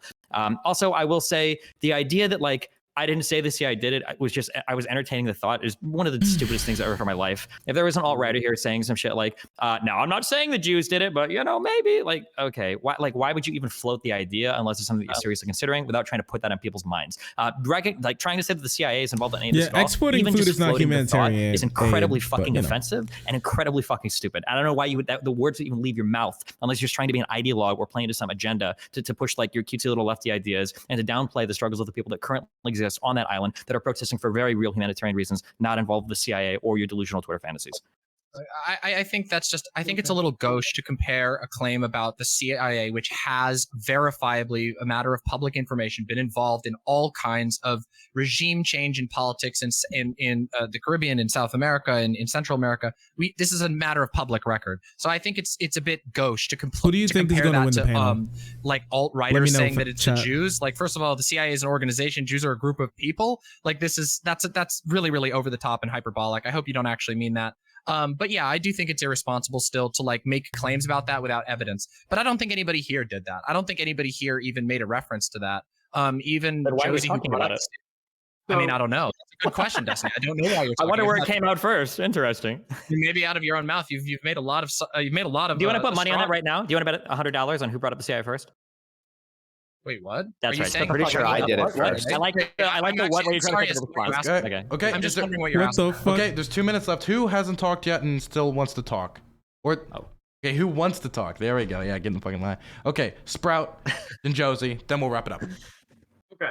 So, Prime talking about Don't dropping settle for bombs. anything but first. I don't know about that. I suggested we go there and help the rebels, or the protesters, whatever you want to call them. And there are going to be deaths. There are going to be playing too much Star Wars. There are going to be tragedies that happen. That's what happens. That's what happens when war happens. As Thomas Jefferson quoted, war doesn't need to happen. Liberty must be refreshed from time to time with the blood of patriots and tyrants. Freedom. Bro, what the fuck is happening? This guy's going crazy right now. States, I don't know why this is a surprise now that freedom doesn't come free, and that's what Cuba wants. Cuba wants freedom, and to compare Cuba to the Middle East is a little bit disingenuous. The Middle East is far different geopolitically. All right, boys, we got 1 minute and we're on. Cuba is literally an island. ISIS is not present in Cuba. The Taliban is not present in Cuba. It's far different geopolitical issues that compared to is a little bit. Good observation. Taliban isn't present in Cuba. Wait. Okay, yeah. So, Josie, wrap us out. Okay. All right. So I have to disagree with you. The fact that you say that the third most lucrative source of revenue is like government remittances and tourism and things like that, then and you're saying that helped with currency manipulation. So are you agreeing with the Trump policy that caused that entire system to completely crumble? And then with that stacked onto the pandemic, completely devastated them with a few year time to be able to restructure their entire economic system to not have that, and now that's on them? Like these are normal people that are sitting there trying to feed their families, honestly. And you're just like, well, tough on them. They shouldn't have been relying on remittances. They should have been relying on things that are outside of their government borders. A lot of that is because of the colonialism of the world that put them in that position in the first place. So the fact that we didn't restructure their economic policies that or help them with that, then we just removed one third of their revenue, and then the tourism dropped, and then all of that stuff. It's like that was completely Trump's doing. So I know you don't agree with that. So I just find that very interesting that that's what you pin it, and that's like it's their own fault that they take that money. Okay, so I want to say that there's a lot of outrage about that Zan kick, but let me just say, okay, I gave you all a round off, and people do not lie to Dylan Birds. You got to listen to the nuance of my words. My words are very good. They're the best words, the best. So you got to listen to them carefully. I said topic, not round. That's a very specific word, isn't it? And you know what? Dylan Burns giveth and he taketh away. And Zan in his shout out, talking about Vosh stole it. Okay. Well, you know what? Vosh screwed Vosh. And this is the result of it. And since you guys complain so much, this is going to be the deplatforming round. And what that means, instead of one person getting kicked out, 3 people are going to get kicked out this round. What the fuck? That's what happens when you disrespect the business, just like Vosh did, just like Xander did, just like the rest of you did. You want to be a little martyr, Xanderhal, you can be the martyr, okay? So, the 3 people who were kicked out, according to judges' votes, the first one is Sprouticus. No! Sorry, Sprout. You've been kicked out of the ring. Right. The second person is Josie Rose. No! Sorry, Josie. You've been kicked out. And the next person is Primecayes. Damn. Sorry, Prime. You've been kicked out. You're replacing one black person with another. What? I've been here for a year, motherfucker. Well, you know what? It was long enough to get welcomed. Goodbye. Bye. Bye-bye. Okay, we're bringing 2 people in. Veteran, my favorite. Intellectual heavyweight and critically thinking veteran, my favorite to win the whole tournament. Thank you very much. Now, the next topic, which we have, is going to be a simple one. Identity politics. Is identity politics an issue in modern America? Has it been weaponized? Has it become something that is a shell of its former self, something that needs to be done away with? What do you guys think of identity politics? That's the topic.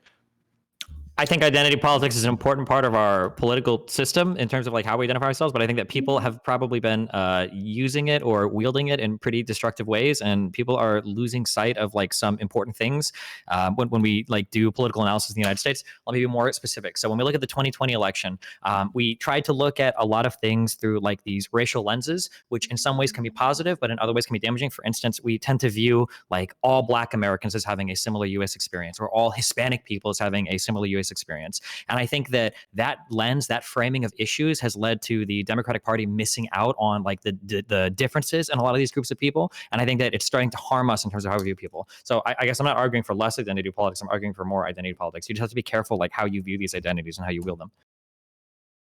Yeah, and I would like I would agree with you to the point that identity politics is in fact very harmful, right?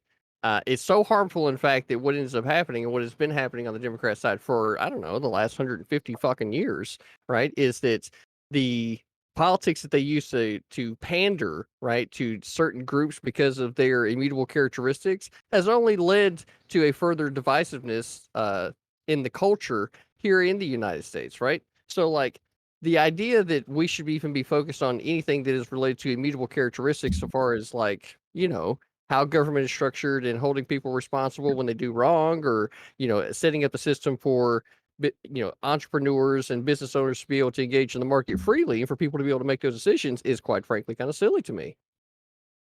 Okay, so I guess by CTV's argument, we're going to say that the civil rights movement was apparently identity politics gone mad. The trans and queer liberation movements are just. I'm glad identity that you decided to go way off topic with that. Yeah. Wait, I mean, I'm literally addressing exactly. Oh, you're literally just going way off topic. You just said that identity politics has gone. Keep in mind that critical thinking veterans like shtick is being like as stupid as humanly possible. Like I literally. And then Hunter Avallone. Go get him, CTV. Yeah. That's right. And Hunter Avallone clearly is just in the debate bro mentality where he just just more than 5 seconds in front of him. Hey, CTV, I took a shit this. Hey, buddy, dude, I took a shit this morning that outpaced you intellectually. You doing all right tonight? I like critically thinking vegan. Yeah, my hair's actually looking really nice. What's your hair look like? Is it? Are you sure? It looks like a mop. Looks like a mop. Okay, cool. Yeah, you want to roast my appearance, dude? I took a shit this morning that outpaced you intellectually. Like I wish you get a haircut. You know, maybe get your shit set up a little bit straighter. This is identity politics. This is identity politics. I know. You see how destructive it is? You just made my fucking point. You're attacking my mop top. No, don't make me money. Okay, so CTV, please finish your point. That's entirely the point, right? Is that whenever you start identifying, you know, people by their appearance or their immutable characteristics, that's when the whole shit fucking falls apart. Whenever the people should be doing is focusing on the frameworks of the government, how you can set those things up. That's it, right? Don't focus on the individual characteristics of like what's immutable to each person. Set the system up in such a way to where every person has the ability, if they're willing to put the work in to earn something, for them to be able to go out there and do that. Can I jump in? I need to. Please, I haven't spoken yet. I haven't spoken yet, though. I know, but I didn't even get to finish the sentence. But fine. Yeah, but I like him better. Okay, wait. Okay. Dylan, decide. So, okay, Demonmama, 20 seconds, then DrHeemed. All right. Okay? Thank you. Yeah, the idea that like there's no relevance of identity politics when we have a government that already regularly engages in identity politics and has. There are all kinds of government policies that target and unfairly treat members of our society based on their identity. As long as that exists, there will always be a need for identity-based analysis, and that is very, very important. It is key for our civil rights. Okay. Our huge civil rights movements have been based off of identity politics. Identity politics is essential. Heem time. Let's go. All right. So I do think that in some aspects, it can go a little bit too far, even from the left side. For example, in Oregon, a few months back, they passed some sort of curriculum where teachers had to re-educate themselves on how to teach math and not be white supremacist in math. Like shit like this really is not a good position to fight on. And I think that this does happen on the left. I see you guys rolling your eyes. I went through the entire curriculum and it was fucked. Okay. They were literally saying that math is white supremacy or something crazy like that. These, in my opinion, are losing arguments. You can, the left side has so many better arguments that we can make on policy things that can change people's lives and improve them. However, having said that, I will say conservatives overdo it on the other side by turning everything into a fight about CRT and turning everything into immigration instead of actually conservatives really don't propose any fucking legislation. Sorry, Republicans. Okay, Republicans don't really introduce any sort of legislation other than cutting taxes and shit talking id poll. So obviously, when that's the playbook from the conservative side, then the liberal side also has to do something similar to counteract it. Overall, I think like it's good to have identity involved in politics, but we got to just keep in mind exactly like how we allocate our time or energy when it comes to various issues. Yeah, because it's not like that the identity of the person doesn't matter, because in fact it does matter, right? Specifically to the individual and the communities that they are a part of, right? But whenever it comes to making policy, if you tailor the policy specific to one group, what is going to happen overall is that there is going to be another group that is not getting the same type of benefit and ends up being disadvantaged because of the system in which you're trying to set up one group. Sometimes you have to do. Sometimes you have to do that, though, right? Like if one group is unfairly disadvantaged, then you have to address that. You can't just only address. You can't put a blanket solution. What I'm saying is like equity. I would say for a time, for a time, right? So we got to wrap up this engagement because we want to get Shark in here. He hasn't talked yet. Sure. So I think identity is actually extremely important. Like all throughout the history of this country, identity has played a part in like some part of discrimination between discrimination or advantage for like some group of people. We want to make sure that we get like an even playing field when it comes to that. And even to like critically thinking vegans point, I mean, if we want to get to a point where we have the ability to just look at people and be like, hey, we're fine. We're all on the same page. We don't have like these like horrible discriminatory histories throughout like our upbringing and everything. We need to make sure that we tailor some policy to help some groups that have been disadvantaged. I'm sorry, if a problem started out as a race problem specifically, it has to be fixed through a race problem. We need to understand the sort of intersectionality of that problem to even be able to tackle it. I'm sorry, just throwing a bunch of money at a community, some being extremely impoverished because of a policy that hurt them because of their identity, and other ones that didn't have to go through that. I'm sorry, you still have the same problem, just people have just like a little bit more money, but those people will not be brought up equally. Can I ask you a question? And just do you think that it ever goes too far, Shark? Oh, obviously it goes too far. Everything goes too far. Okay. I had 2 slushies today. That's going too far. That happens. That's fine. Sometimes I feel, and I even fall into this sometimes too. I feel like because we're progressives, we feel like we need to back every fucking identity politics thing that's out there, and we can't. And sometimes to the point where we like avoid actual critique to just back into our side, that because we don't want conservatives to win. Do you guys agree? I mean like that happens sometimes, sure, but I want to. That's okay. It happened with ACAB and defund the police. It cost seats in the House. Yes. Can I touch on this particular issue real quick?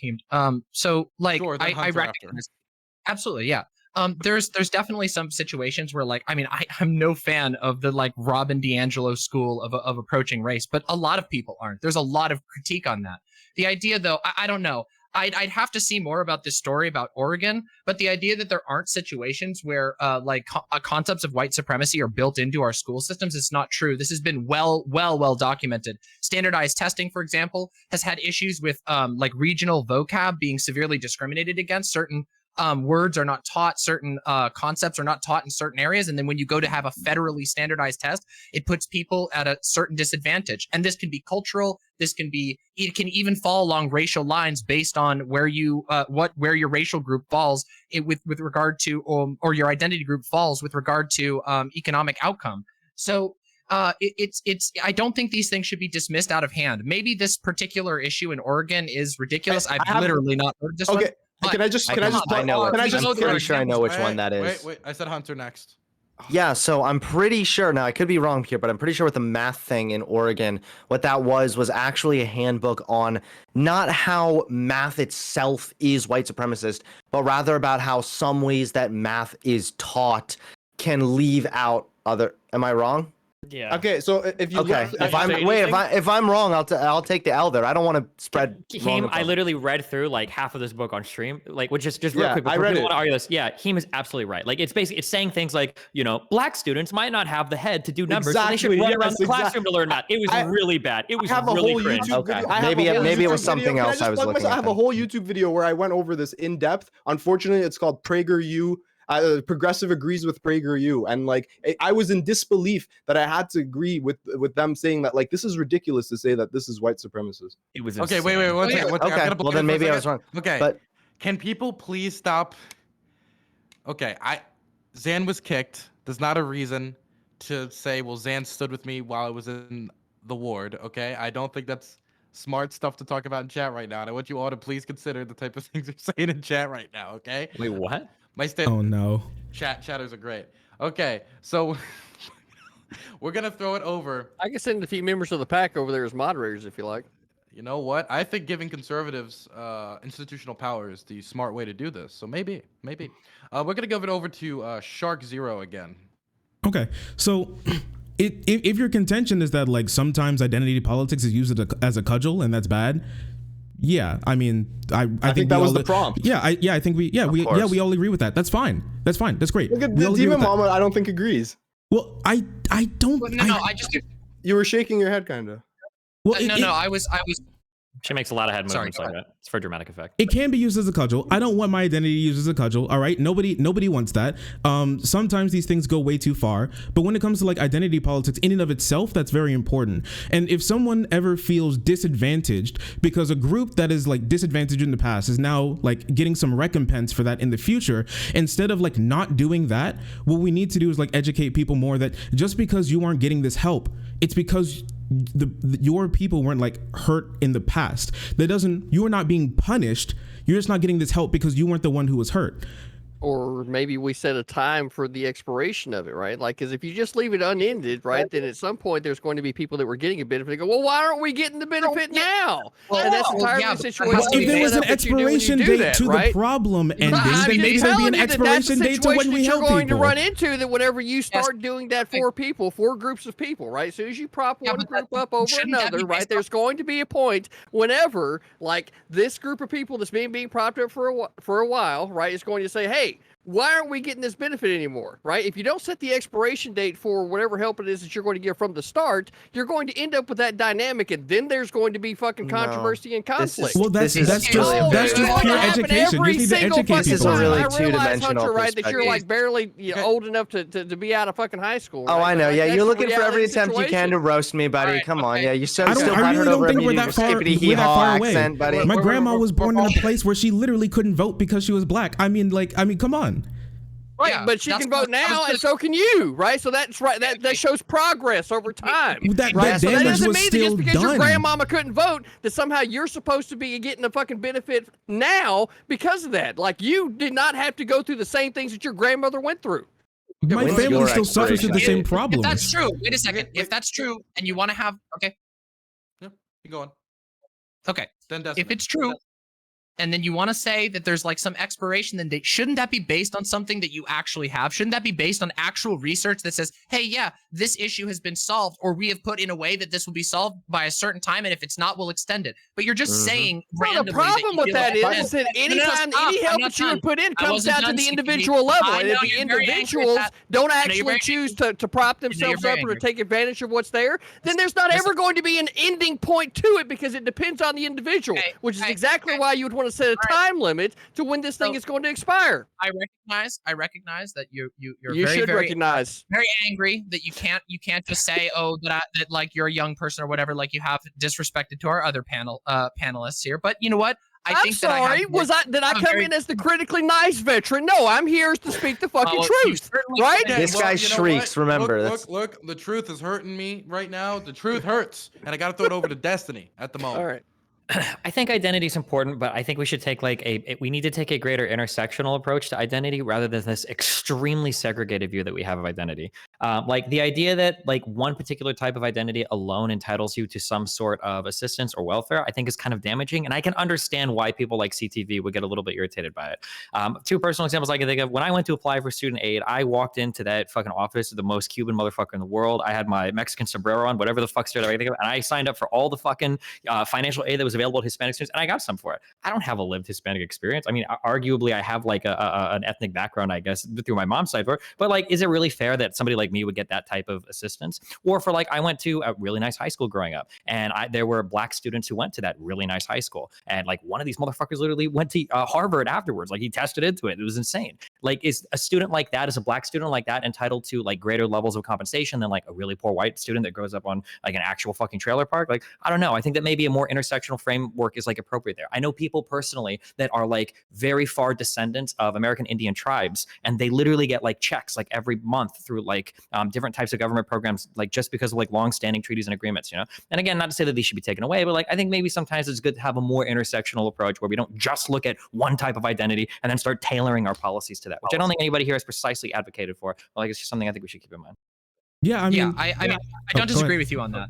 I don't disagree with the idea that like intersectionality is really important. I think that it's a little bit disingenuous to point to like single instances of somebody finding a loophole or finding a way to qualify for something. Yeah, as, why like, bring the nuance into a conversation at all, right? Oh my God, is this really it? Are you that afraid of me being able to talk? Afraid? Look, you talk and then you just keep rambling, right? At some point, there should be like projection? some sentences formed.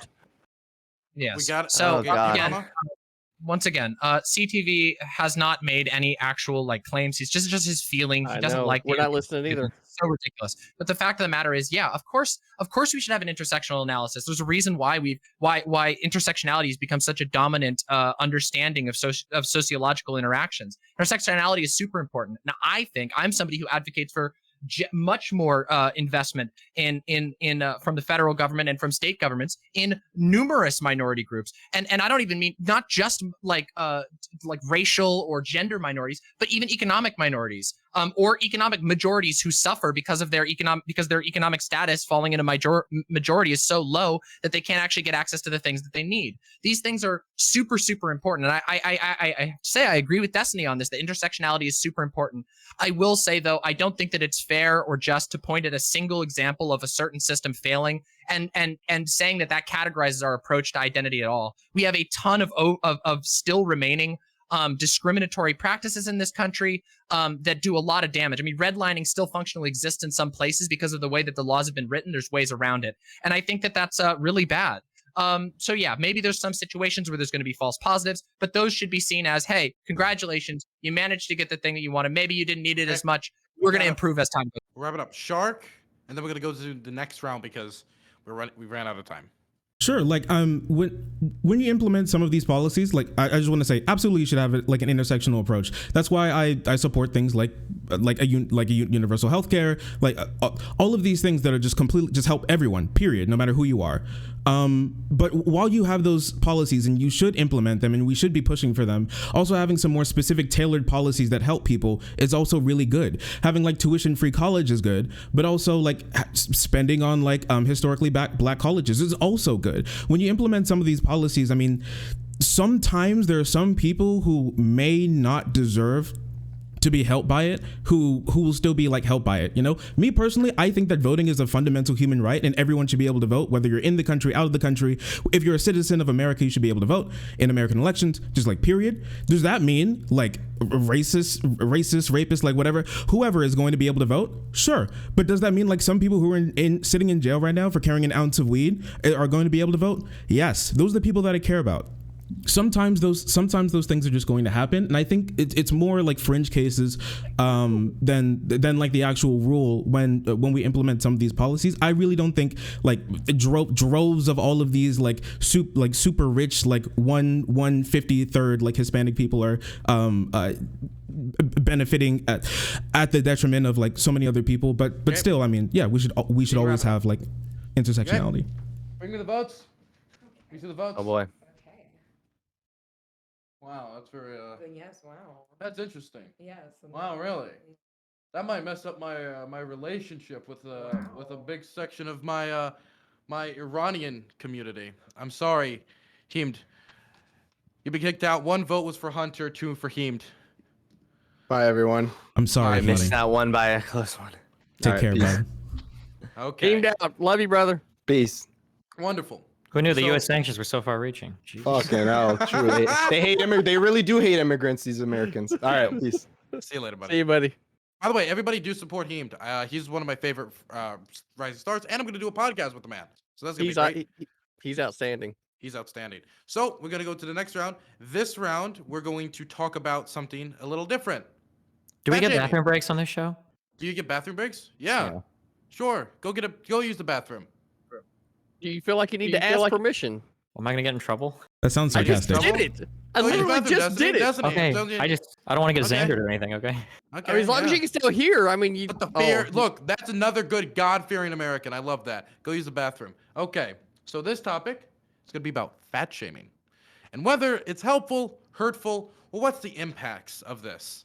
So, I leave it open to the crowd.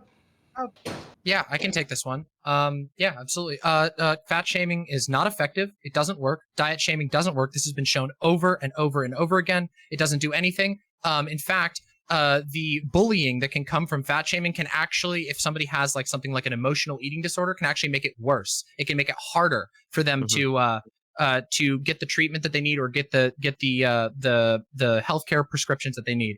We have a very bad relationship here in America with weight, and it doesn't actually match up with the actual outcomes of people's health. Yes, can obesity have negative effects on your health? Absolutely, of course it can. But that's between you and your doctor. And people are obese for many different reasons. And people who are obese sometimes die from different things that have nothing to do with their obesity. However, it is also a widely documented phenomenon that fat people get worse treatment from doctors. They are less likely to be believed about their symptoms. They are less likely to be listened to about their symptoms. They are less likely to get correct diagnoses. Very frequently in America, once again, this has been well researched. Obviously can't cite every study on a panel like this, but this has been well researched that people who are fat are much less likely to get an accurate diagnosis because of the deeply ingrained anti-fat biases that are in our medical system. So yes, fat shaming is terrible. It doesn't work. It doesn't help anybody.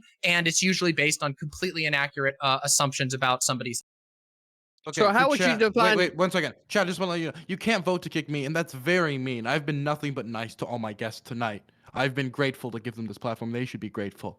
Wonderful. Okay. Continue, CTV. Thank you, Hunter. Yeah, so like I guess maybe the question to start off here with this particular question would be, what exactly would constitute shaming, right? Because like simply bringing up something that you see that somebody's going through and saying, hey, like, maybe you could do these things, maybe drink some more water, maybe go for a walk, like some of these things is kind of like a way to be able to maybe put ideas into people's head to be more helpful, right? Hey, maybe don't drink that fucking Mountain Dew, right? I've had people tell me that too, right? Hey, don't drink that Mountain Dew, man. Drink some more water. Like those types of behaviors and stuff, I think is a good thing to have, and that's where like the question comes: how would you define fat shaming? I think usually when people say fat shaming, they're referring to like bullying on the basis of your weight, literally shaming you. So if you were like, kind of like I was doing with your hair a minute ago. Yeah, you were hair shaming me and it hurt my feelings greatly. But if you were like, hey, you might not want to drink that Mountain Dew because water is going to lead to a much better hydration, that's fine. But fat shaming would be, hey, you're really fat. Why don't you put down the fucking Mountain Dew and pick up a water bottle? That would probably be fat shaming. So it's not. There are other forms of fat. Oh, sorry, I didn't mean to. Well, of course. Yeah, no, there are, of course. I was just giving a very reductionist example. Yeah, I wanted to give a quick citation for this because this is something I've talked about and researched quite a bit. When American media was finally broadcast in Fiji, there was an almost immediate spike in eating disorders, a country that had surprisingly low rates of eating disorders. And this is because it is normalized in American media to not just make fun of, but to imply that just because somebody is fat, that the quality of their character is bad. This is endemic. We see this all over the place, from our magazines to our to just daily conversation, to things like massive, even online, massive things like fat people hate, which is like a subreddit that is devoted to just making fun of fat people. and not ever saying anything substantial. It's not like, this is not somebody like talking to their friend and saying, hey, I'm really worried about your health. Here's some things. Maybe you should consider talking to a doctor. Instead, it's people just assuming that just because somebody is fat, that it means that they're unhealthy in every way, that they're a bad person, that they lack self-control, or all of these things, which is simply not true. It doesn't reflect reality. Are you referencing like random people on the internet? What? I'm asking who you're referencing there. Large. Excuse me. Right? Yeah. Because that's why I'm trying to get specific about the particular people that you're referencing. Are you referencing like a random people on the internet, or are you referencing like people a part of your specific friend group? I'm sorry. If you didn't listen to my last segment, I'm really sorry about I'm listening. The reason why I'm asking the fucking clarifying questions is because you weren't clear, right? Literally. So that's where a clarifying question comes in. Right? That's for your bingo chart, chat. Right. So, hey, we've been waiting for how long it was going to take for this guy to blow his top. Right? I get to go take a bong hit. Thanks, buddy. I wish you would. Right? So, clarifying question. Can I finish what I was saying? Can I finish what I was saying first? Because I wish you would clarify the fucking question. I gave multiple examples of societal phenomenons that represent this, including a study that was done on another nation when American media was introduced there. There's an abundance of data. Are you referencing random people on the internet? No. People a part of your Are you personal friend listening? group? Are you listening? You're not listening. You haven't answered the fucking question. Okay. I'm going to say it again. I've just referenced a study that was done on American media. This is not random people on the internet, although there are media sounds like random people on the internet. Oh my God. Are you okay? Do you need to go take a nap? Are you okay? Like this is really let's all calm down. Let's all calm down. We're a group of classy individuals who all love each other, right? We're all classy individuals. So I'm gonna throw this over the shark. In Destiny, who haven't said anything, so Destiny seems, well, he raised his hand first, so I guess Destiny. Okay, so fat shaming and bullying people over their weight, it's like beating your children. It just doesn't work. It doesn't produce the outcomes that we want, so we probably shouldn't do it. It doesn't make any sense. If your goal is to get people to healthier weights, I just think sometimes we probably need to try to strike a balance. Like when we talk about like fat people hate, this sub has been banned for like 6 or 7 years now. It's been like, I think in general our society is moving in a better direction in terms of not bullying fat people, but I think we need to be very careful that we don't go too far to the other end. I know that health at every size used to be a much bigger phenomenon, and thankfully it seems like that's been curbed. But at least like anecdotally on Twitter, I see a lot of people tweet things like, well, skinny people are unhealthy too, and just because you're really fat doesn't necessarily mean that you're unhealthy in every way. No, but like it is a bad thing and we should probably deal with it. But the more appropriate conversation should probably happen at like policy levels where it's like, hey, maybe we need more bike lanes in cities, or hey, maybe a tax on sugar isn't the worst idea. Those are healthier conversations than just telling people like, hey, eat less. Super interesting. I wonder how current Destiny would feel about past internet Destiny's take about what was it that you said? Make sure that you don't laugh so hard that you have a heart attack, and then you linked a study at me about obesity. So when you're obese, you're at a much higher risk for things like cardiac disease. So kind of be two-facing here. Wait. I'll moderate this interaction. DMama, so it's about a tweet that Destiny put out, which said what exactly? Specifically about me, which said, "Don't laugh so hard that you have a heart attack," and then linked to a study that said that was titled about the link between obesity and heart attacks. Interestingly, if you had actually read the study, you would find out that the correlation is much more complicated, and it wasn't actually saying that. But I just find it interesting that you'd pontificate so gracefully about that, but you engage in this sort of thing all the time. Destiny? Yeah, so when people attack me, I usually attack it back. That's not like a policy prescription for how we solve obesity. Just like when I tell people on Twitter that they're mentally ill and they should log off, that doesn't mean that should be our society-wide solution for fixing mentally ill people. These are two entirely... excuse me. What about you? What about secondhand diagnosis? Thank you. I'm talking... I let DMama have some period to clarify. I want to give Destiny time to clarify. Yeah, thank you. Also, number two, that was a genuine concern for your health. You make good fodder for my stream, and I genuinely enjoy reacting to like your sensational takes. I want you to stay alive for as long as possible, and you being like massively overweight and smoking are two really huge risk factors for different types of heart disease. So I was just linking you a study. I can link you like a million more that highly correlates being massively overweight and smoking and heart disease. And I'm like, excuse me, I'm just trying to finish. Also, I'm being incredibly supportive here. Okay, I just want you to be healthy. I was just linking you a study showing you that you engage in a lot of unhealthy behavior, some of which you demonstrate on stream actively to your audience, like when you smoke constantly. And yeah, I'm just wishing you the best. Yeah, true. Yeah, interesting. Super believable. Very honest. Thank you. Shark Zero. Sure. So being obese is bad. Being fat is bad. It's just like it's just bad for your health. typically. Now, like things like I don't know that I would agree with that. Okay? I mean, like, sure. I mean, but I mean, sumo wrestlers are fucking huge. They weigh the same amount as like a Honda, like a motorcycle, but they work out a lot. Most people who are typically that size don't work out that much. That being said, that's not even it, right? Like the fact of the matter is, right, is that some people don't actually have a choice, which right? So that's kind of what Demonmama. That's kind of what Demonmama. I didn't even get there yet. That's very rare. That's very rare. It is rare, right? But I think that's more the point of what Demonmama is saying, right? So just to just blanketly say that being fat is bad is to say that every single fat person out there, right? So like I'm just maybe just asking for a little bit more clarification, right, in the terms in which you're referencing this thing, because like there are some people that actually genuinely might have a thyroid problem or etc. that is controlling that, and they actually have zero. We understand the question. We understand the question. Shark, you can continue and then respond to the question if you want. Sure. Like, once again, I would say being inordinately overweight to the point where I would assume like most doctors would say that you're obese is typically bad for your health generally. Now, once again, bullying someone for it, shaming someone for it, trying to make someone feel bad for it does not help them. It only makes them feel worse. It only makes their condition worse. You can have a thyroid problem. You could have a lot of physical problems that could lead you to putting on more weight. Depression can do that. Anxiety can do that. Like breaking losing breaking a leg, losing your girlfriend can do that.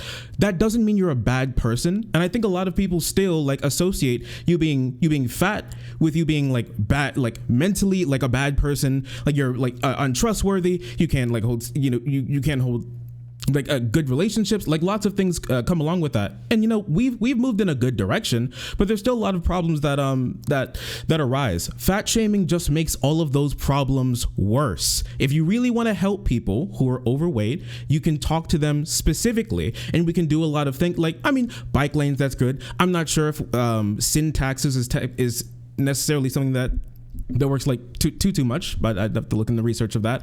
But still, like, shaming someone for that is horrible. It makes them feel bad. It makes society worse. And I think like no matter really who you are, like making someone try to feel bad about that, even if you stick on like, hey bud, listen, look, I mean, here's a study. Like at the end, after you come out pretty guns blazing about it, it still perpetuates that sort of system that makes people that goes into fat shaming. So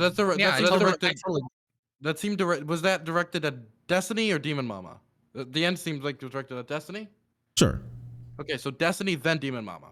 Okay, yeah. So just a couple quick things. Even if we say that it's like, well, it's not that they're fat for a bad reason, it's thyroid problems, that's still bad. You want to correct that. Just being overweight, period, even if you work out, even if you have a healthy diet, even if you do all those other things, being overweight, period, can be like a higher causal factor for things like having high blood sugar, for having like insulin resistance problems, for having like visceral fat between your organs and your stomach that causes problems. Like it can cause heart issues, like just being overweight, period, even if all else is equal. Being fat in and of itself is typically an unhealthy thing. That's true. And then even earlier for like the example of like sumo wrestlers. I'm glad you clarified unhealthy versus bad, because bad is subjective.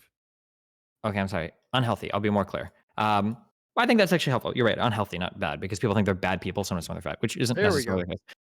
Unhealthy. Also, like when we talk about like elite athletes, usually athletes that are elite oftentimes have a lot of health problems. When you reach the upper echelon of like that sort of athletic activity, you usually move into the realm of starting to engage in behaviors that are unhealthy. For instance, running is really good for you. It can have a lot of positive effects, but marathon runners will oftentimes have like negative effects depending on how much they run marathons. For example, sumo wrestlers were brought up earlier. Their lifespan, they live to be like 60 to 65 years old, which is like 20 years underneath the median of like the Japanese like male lifespan. It's insane. Dry nipples is a real thing for marathoners. Yeah, so we can see here that that Destiny, when called out, just literally ignores the fact that he opened the statement by saying that fat shaming doesn't help, and then openly admits that he engages in fat shaming. Also, it's very ironic that he also took a pretty stern position on self-diagnosis before, but he's perfectly fine with diagnosing people over the internet with whatever the hell he thinks he wants. That's a pretty strange and obvious hypocrisy to me. But I expect that he'll continue brushing it under the rug. I think that fat shaming doesn't work. you don't know anything about a person. Like Shark brought up, there are all kinds of things that can lead to that. And guess what? Even if you're struggling with it or working on changing it or whatever, or even if you're not, that doesn't make you a bad person. And it also doesn't mean that fat shaming works. We know it doesn't work.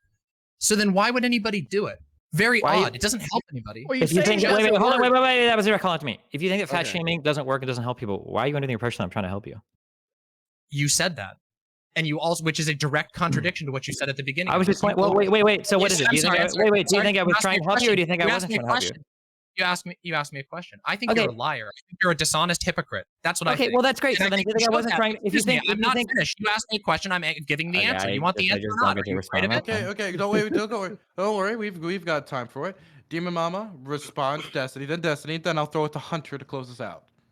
Yeah, so remember that Destiny opened this segment by saying that fat shaming doesn't work. Then when confronted with the fact that he does engage in fat shaming, that he has done it many, many times, he did it very recently, literally targeted at me, which he hand waves with saying, oh, I fired first, which, oh, sure, go look into it if you could, if he didn't delete all his tweets.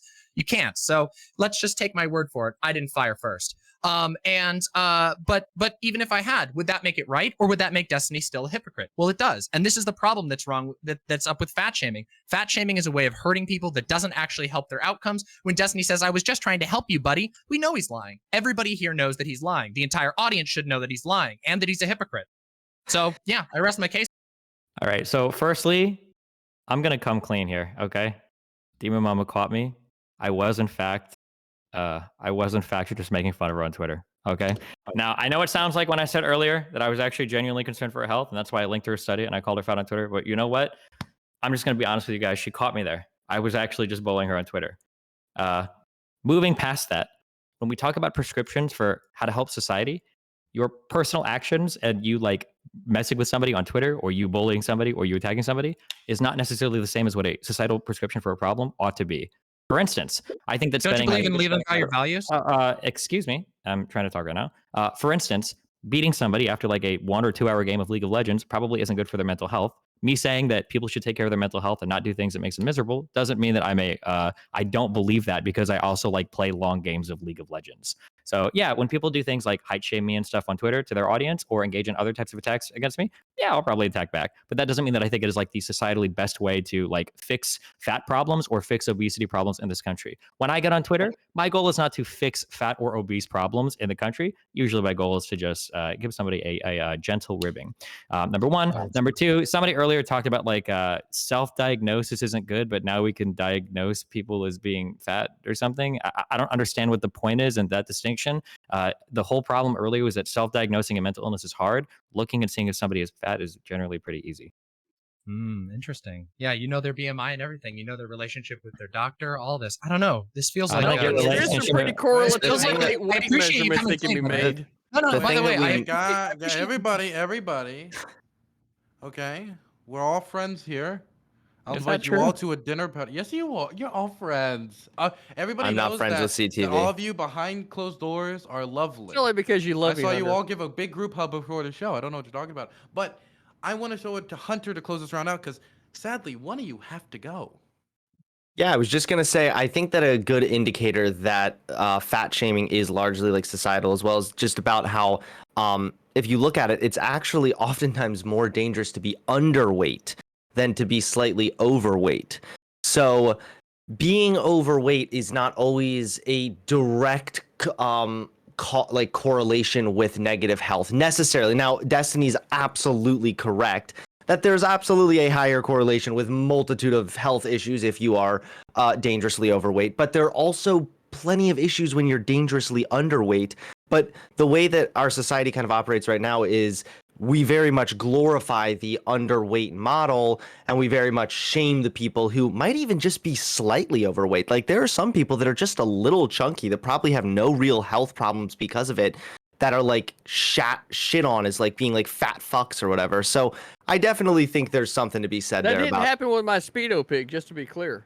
And I'm definitely carrying about an extra 30 pounds. So there was a lot I don't more need nightmares. I would like you to know. There's a lot of love given to the CTV Speedo pig. Okay, so now we're going to throw it out there that we are getting the votes tallied up.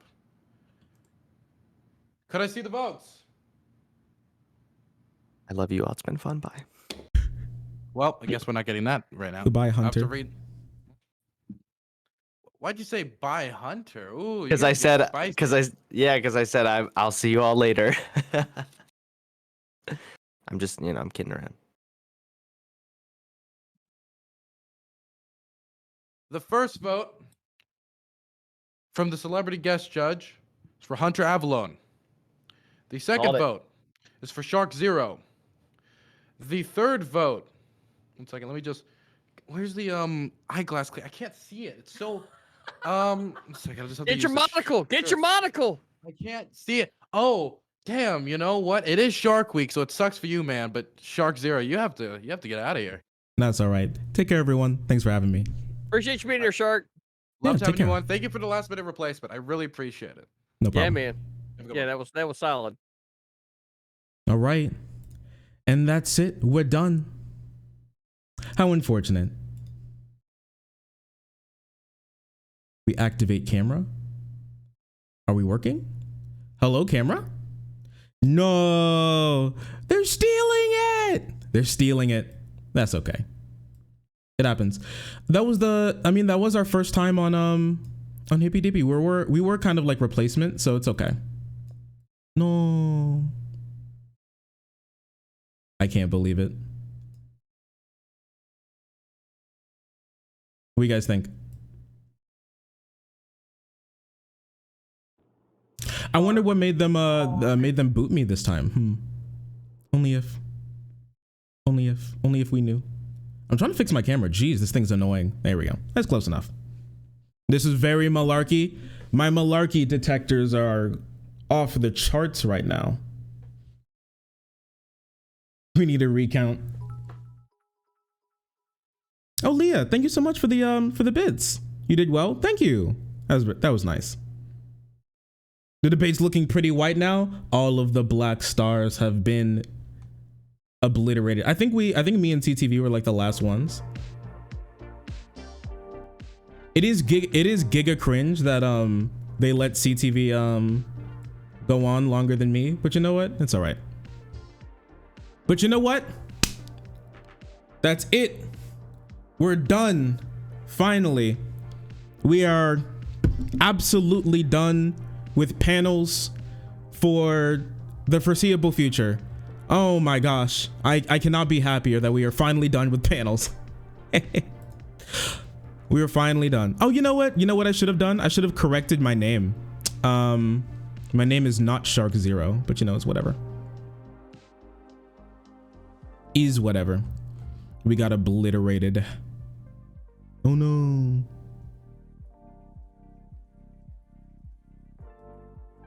It's all right.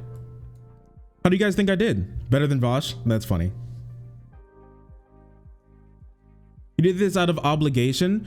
I did it the big reason I go to these panels is in large part because I really want to make sure that I have more experiences. That's for me, it's really important to have more. It's really important for me to have more experiences. So I wanted to make sure that I got on the panel just so I could say that I've done it. Cause if not, I would stay in my own bubble. I would do my own thing, and that's so it's nice. Whether it's 12 people watching or 3, 4, 5, 6, 7,000 people watching. I always wanted to make sure that we do that. Wait a second. How much did Leah donate? 10,000 bits. Leah, you're absolutely incredible. 10,000 bits is a wild number. Absolutely incredible number. You didn't have to. Why do you do that? I appreciate you. My G's. Why? I mean, I love you so much. Thank you. Wild stuff. You're too kind. I think you did well. If you're like me, don't like talking over people. Yeah, I don't like talking over people very much. I really don't. Biddies for the Sharky. Thank you. They clearly go by sub count, but who brings the most drama when they're kicking in each round? Yeah, I don't. Yeah, me. I mean, it's true. Like I said, I didn't have any drama with anybody. I didn't have any drama with anybody there. And Tifa Munchkin, thank you so much for the, how many? Like 3 gifted subs. That's so nice of you. Thank you so much. I really appreciate that. Gotta start interrupting people to cause a scene. I'm just way too nice. I cannot do that. I cannot do it. No, I get my points in. I'm telling my points. You know, we get our points in when we can, and then, you know, just kind of be that way. No, I mean, they're running a show. They're running a show. They gotta keep the people with the most amount of spice. Demonmama and Destiny were clubbing at each other, and Hunter and critically thinking vegan, they're like clubbing at each other too. So obviously, if that's the case, and it's just me like in the corner, like, hey guys, here's my reasonable take. It's I mean, I can assume I'd be the one that's getting destroyed. I need some more testosterone. It's not the testosterone. It's not the testosterone, okay? Listen, I got a testosterone check. I got massive nuts, okay? My balls are fucking huge. I put them in the shower first. Too much soy? Oh my gosh. You're definitely the most well put together in terms of ability to talk and construct your opinions. Crystalline fluidity. Thank you so much for the 100 bits. I really appreciate it. Thank you so much. Are they flat? No, they're perfect spheres. Actually, there's not a single indentation in them. Perfect spheres. Like the pickup artist on channel 5. Yes. Listen, I'm just like any normal guy. I enter the shower balls first. What can I say? Calling him critically. I've always called him critically thinking vegan. Like ever since I talked to him originally when he said that he wanted to make all of Africa a state and then install nukes every 3 miles and have them like purify water. So we turned the Sahara Desert into a rainforest. Ever since that, I've always called him critically thinking vegan. Oh yeah, also when he said that like windmills produce DC power. My bad. Windmills don't produce DC power, but nuclear power plants do. And I had to ask him. I was like, "Hey, Chief, do you know how like nuclear power plants make power?" He's like, "Well, obviously they nuclear fission." I'm like, "Okay, and then what?" And like, it heats up the water. And okay, and then what? You know, the water turns the turbine. A turbine, almost like the turbine on a windmill. It's almost like they produce the same amount of the same power, only through different means. Interesting. You sure CTV is all about purity? Probably. What's happening? Leah, what have you done? Leah, how many subs is that? Leah, 25 subs. Thank you so much. You've donated almost 200 subs to this channel. You are why are you doing this? I appreciate you so much. Listen, as the last black person to hold down Hippy Dippy, all right, as the last person, I did my best, but we could not overcome. The thing is, let me tell you guys, okay? Let me tell you guys. I actually didn't want to win the Rumble because there's nothing that gives me more anxiety than to have like that many people rely on me to like do shit, you know? I'd be so scared. I'd be absolutely terrified. I'd be so scared. So I just wanted to have a good showing. I was kind of hoping that I would make it through 3 rounds, 2 rounds. I'll take 2 rounds, you know? First time ever being on Hippy Dippy. I'll take it. But Shark, windmills cause cancer. They do cause cancer, and they also are the farm. They're like Minecraft farms, but for like 5G. That's where they get the 5G, if you didn't know. Every time the windmill spins, there's like a little bucket, like fucking maple syrup. It drips from the propeller blades, and and that's where they get all the 5G from. This is true.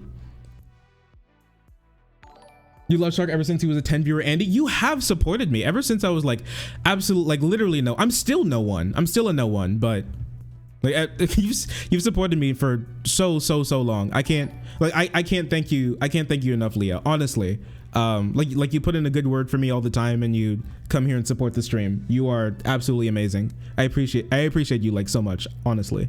Thank you.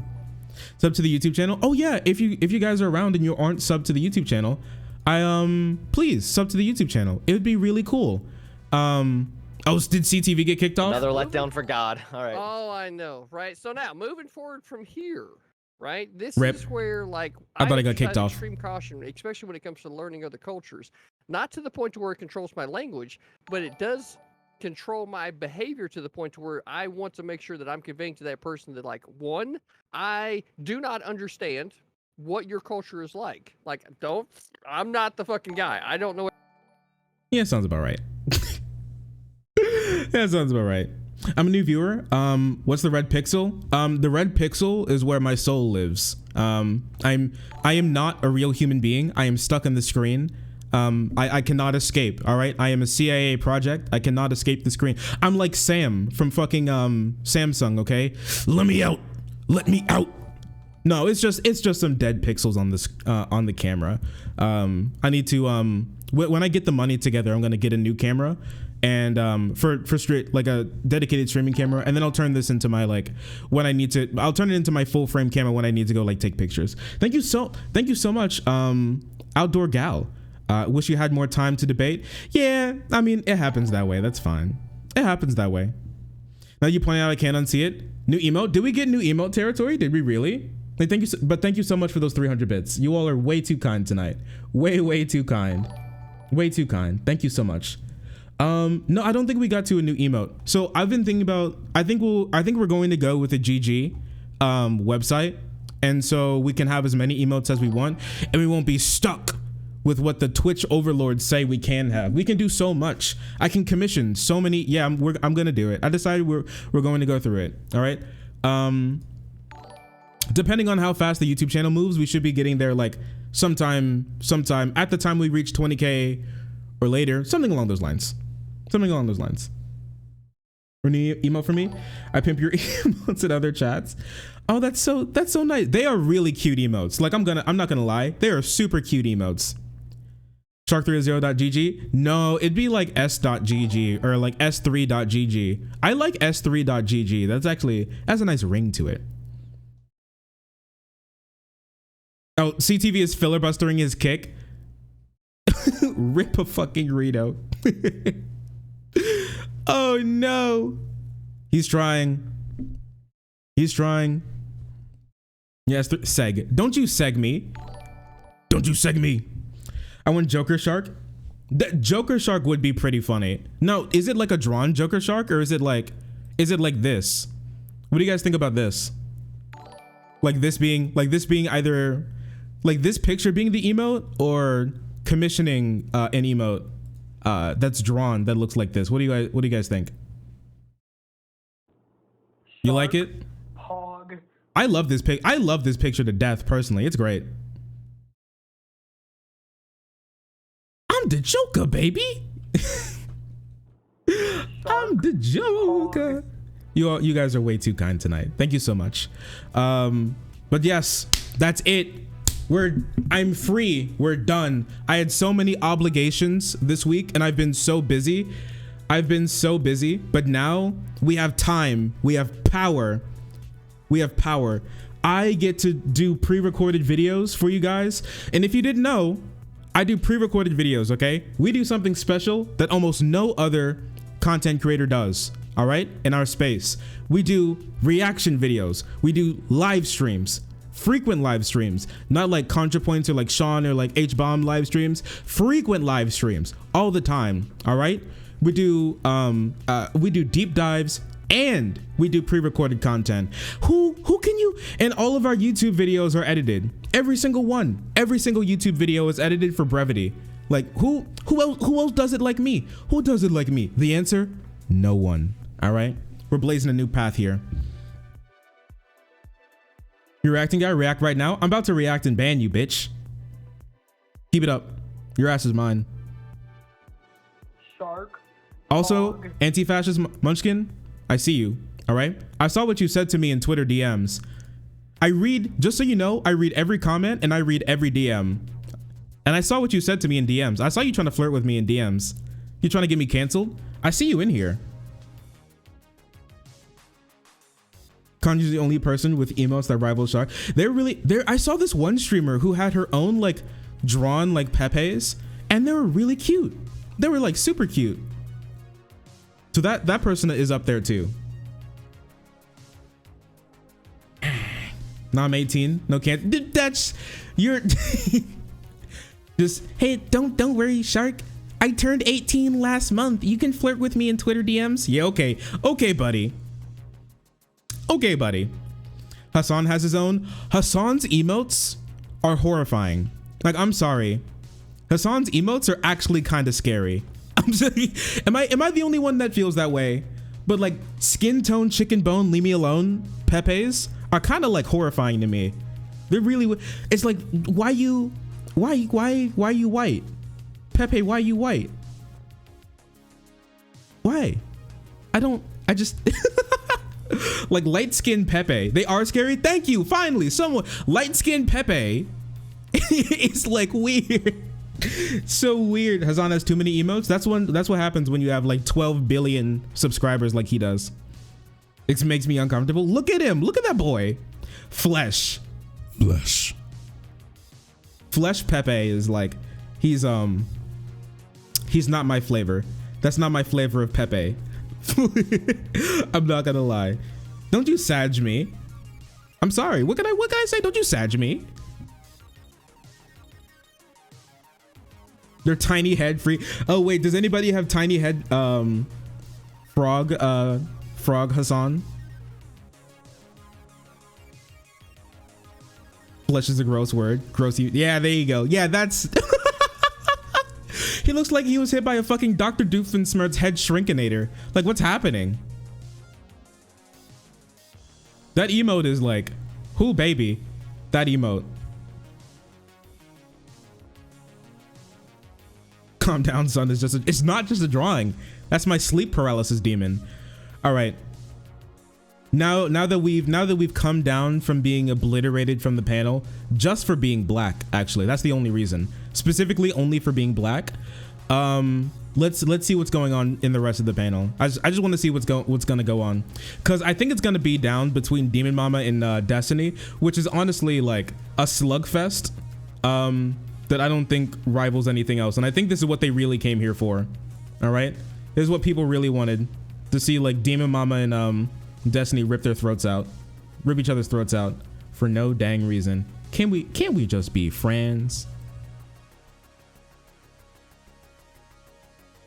I didn't come on to this show a day ago and talk about what was the exact wording that Destiny had on here? It's going back. How the people who disagree with him are, and I quote, what was the word? Down syndrome no friends, Avengers. only discourse. I didn't come on here and lie about people's positions. I didn't come on here and weasel about the things that I've said online or offline. I came here and I told you the honest truth of who I am and what I believe. And because of that, I think I deserve the belt. I think I deserve the belt more than anybody here by a long shot. And I think everybody in the audience, including the judges, know that that's the case, that I have poured my heart and soul into this show and that belt belongs to me. Demonmama is the only person in here who did her eyeliner, so. Need the votes. So is there anything any of you want to say before the decision comes in?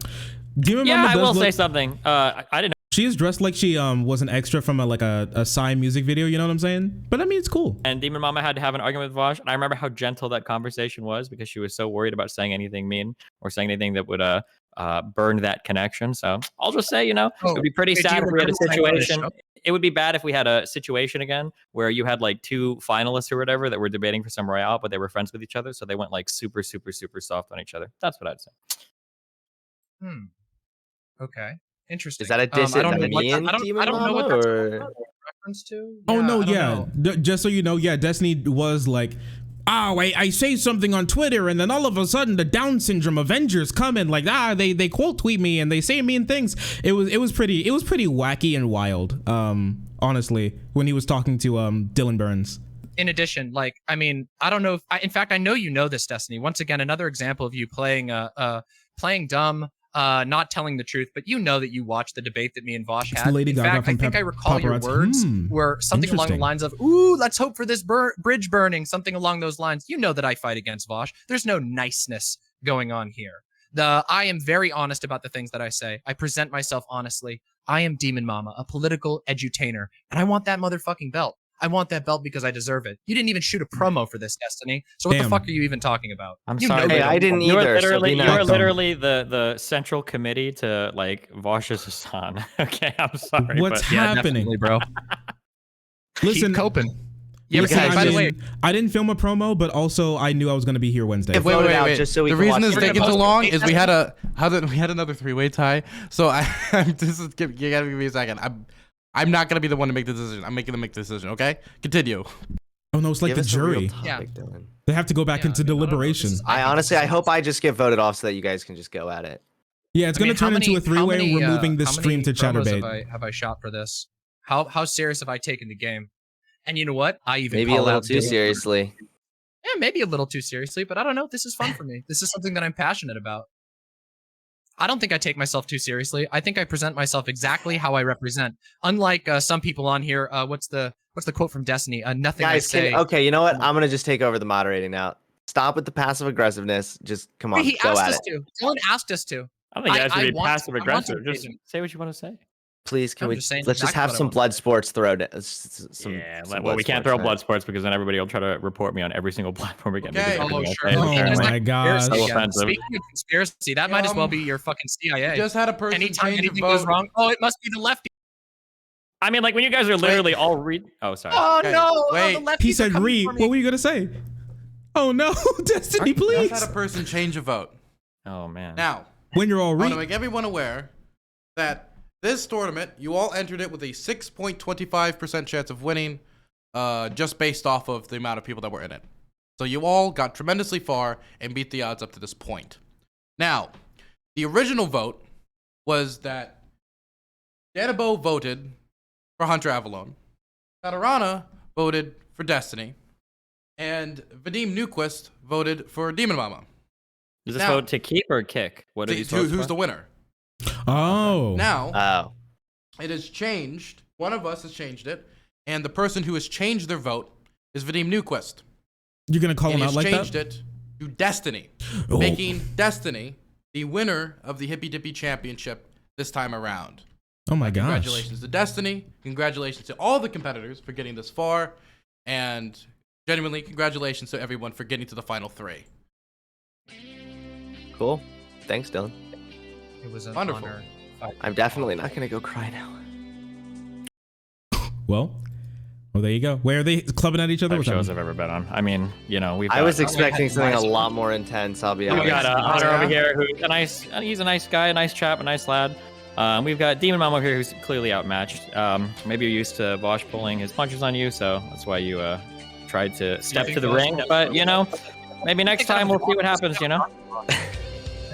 Well, I hope you didn't get like destroyed so hard on the show that you self-diagnosed yourself with something else. But you know, I wish you the best damn! of Hey, luck, you're okay? taking more shots at it. Damn, dude. Hey, let's slow this down. I'm not having it happen on my program, okay? Look, just because you're the champion does not mean I endorse his statements. I just want to make that clear. Okay? I'll moderate for you. The guys. voting You was know out what of my show. control, okay?